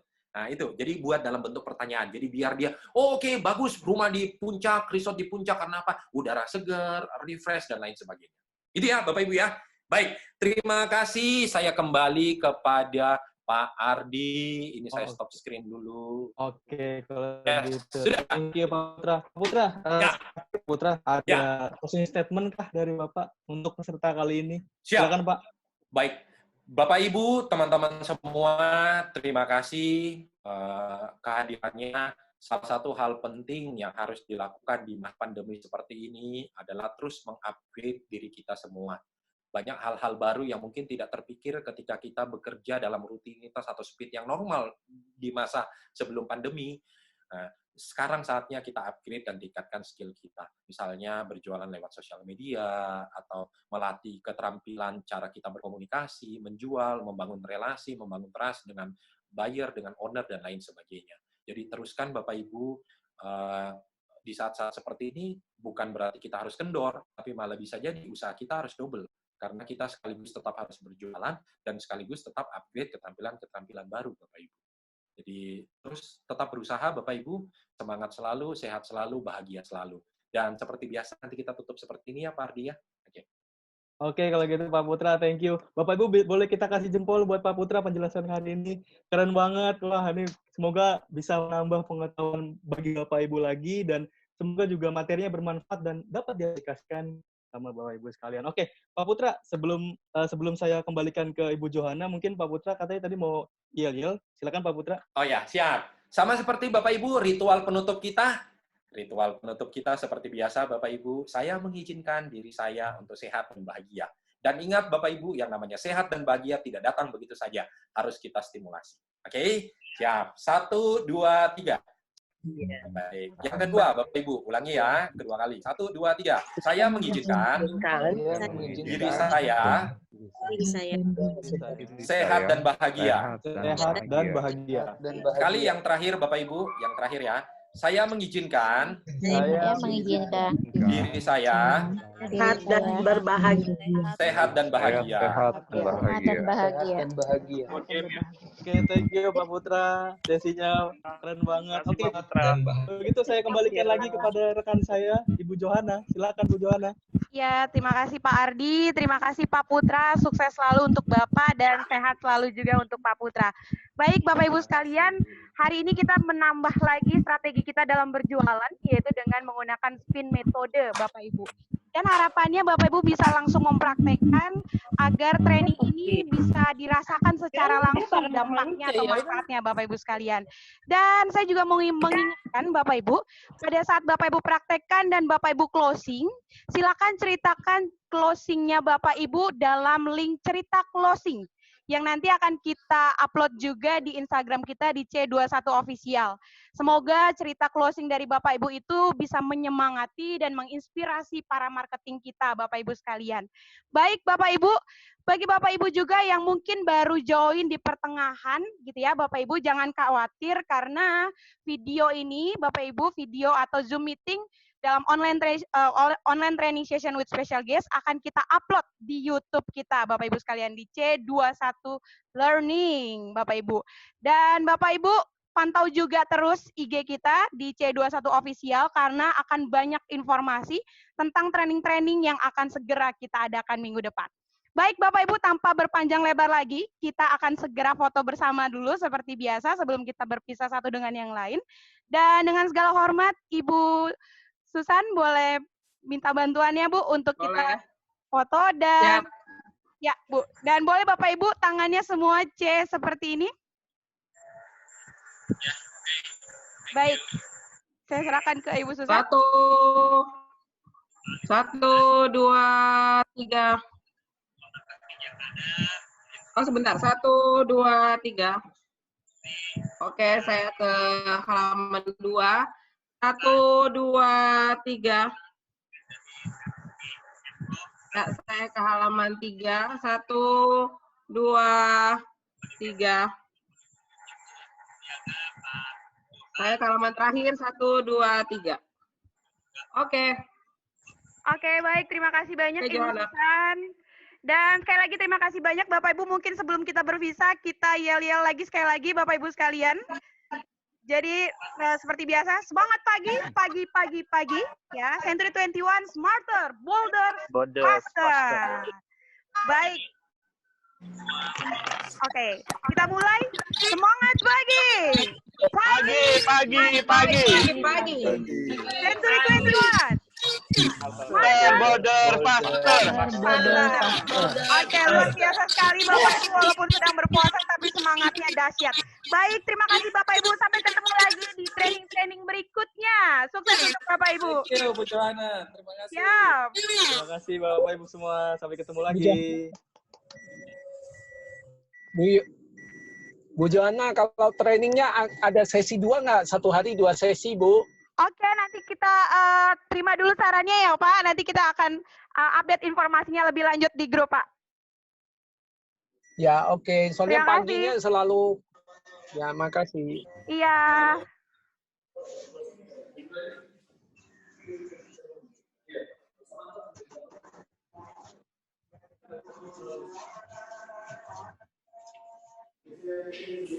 Berapa?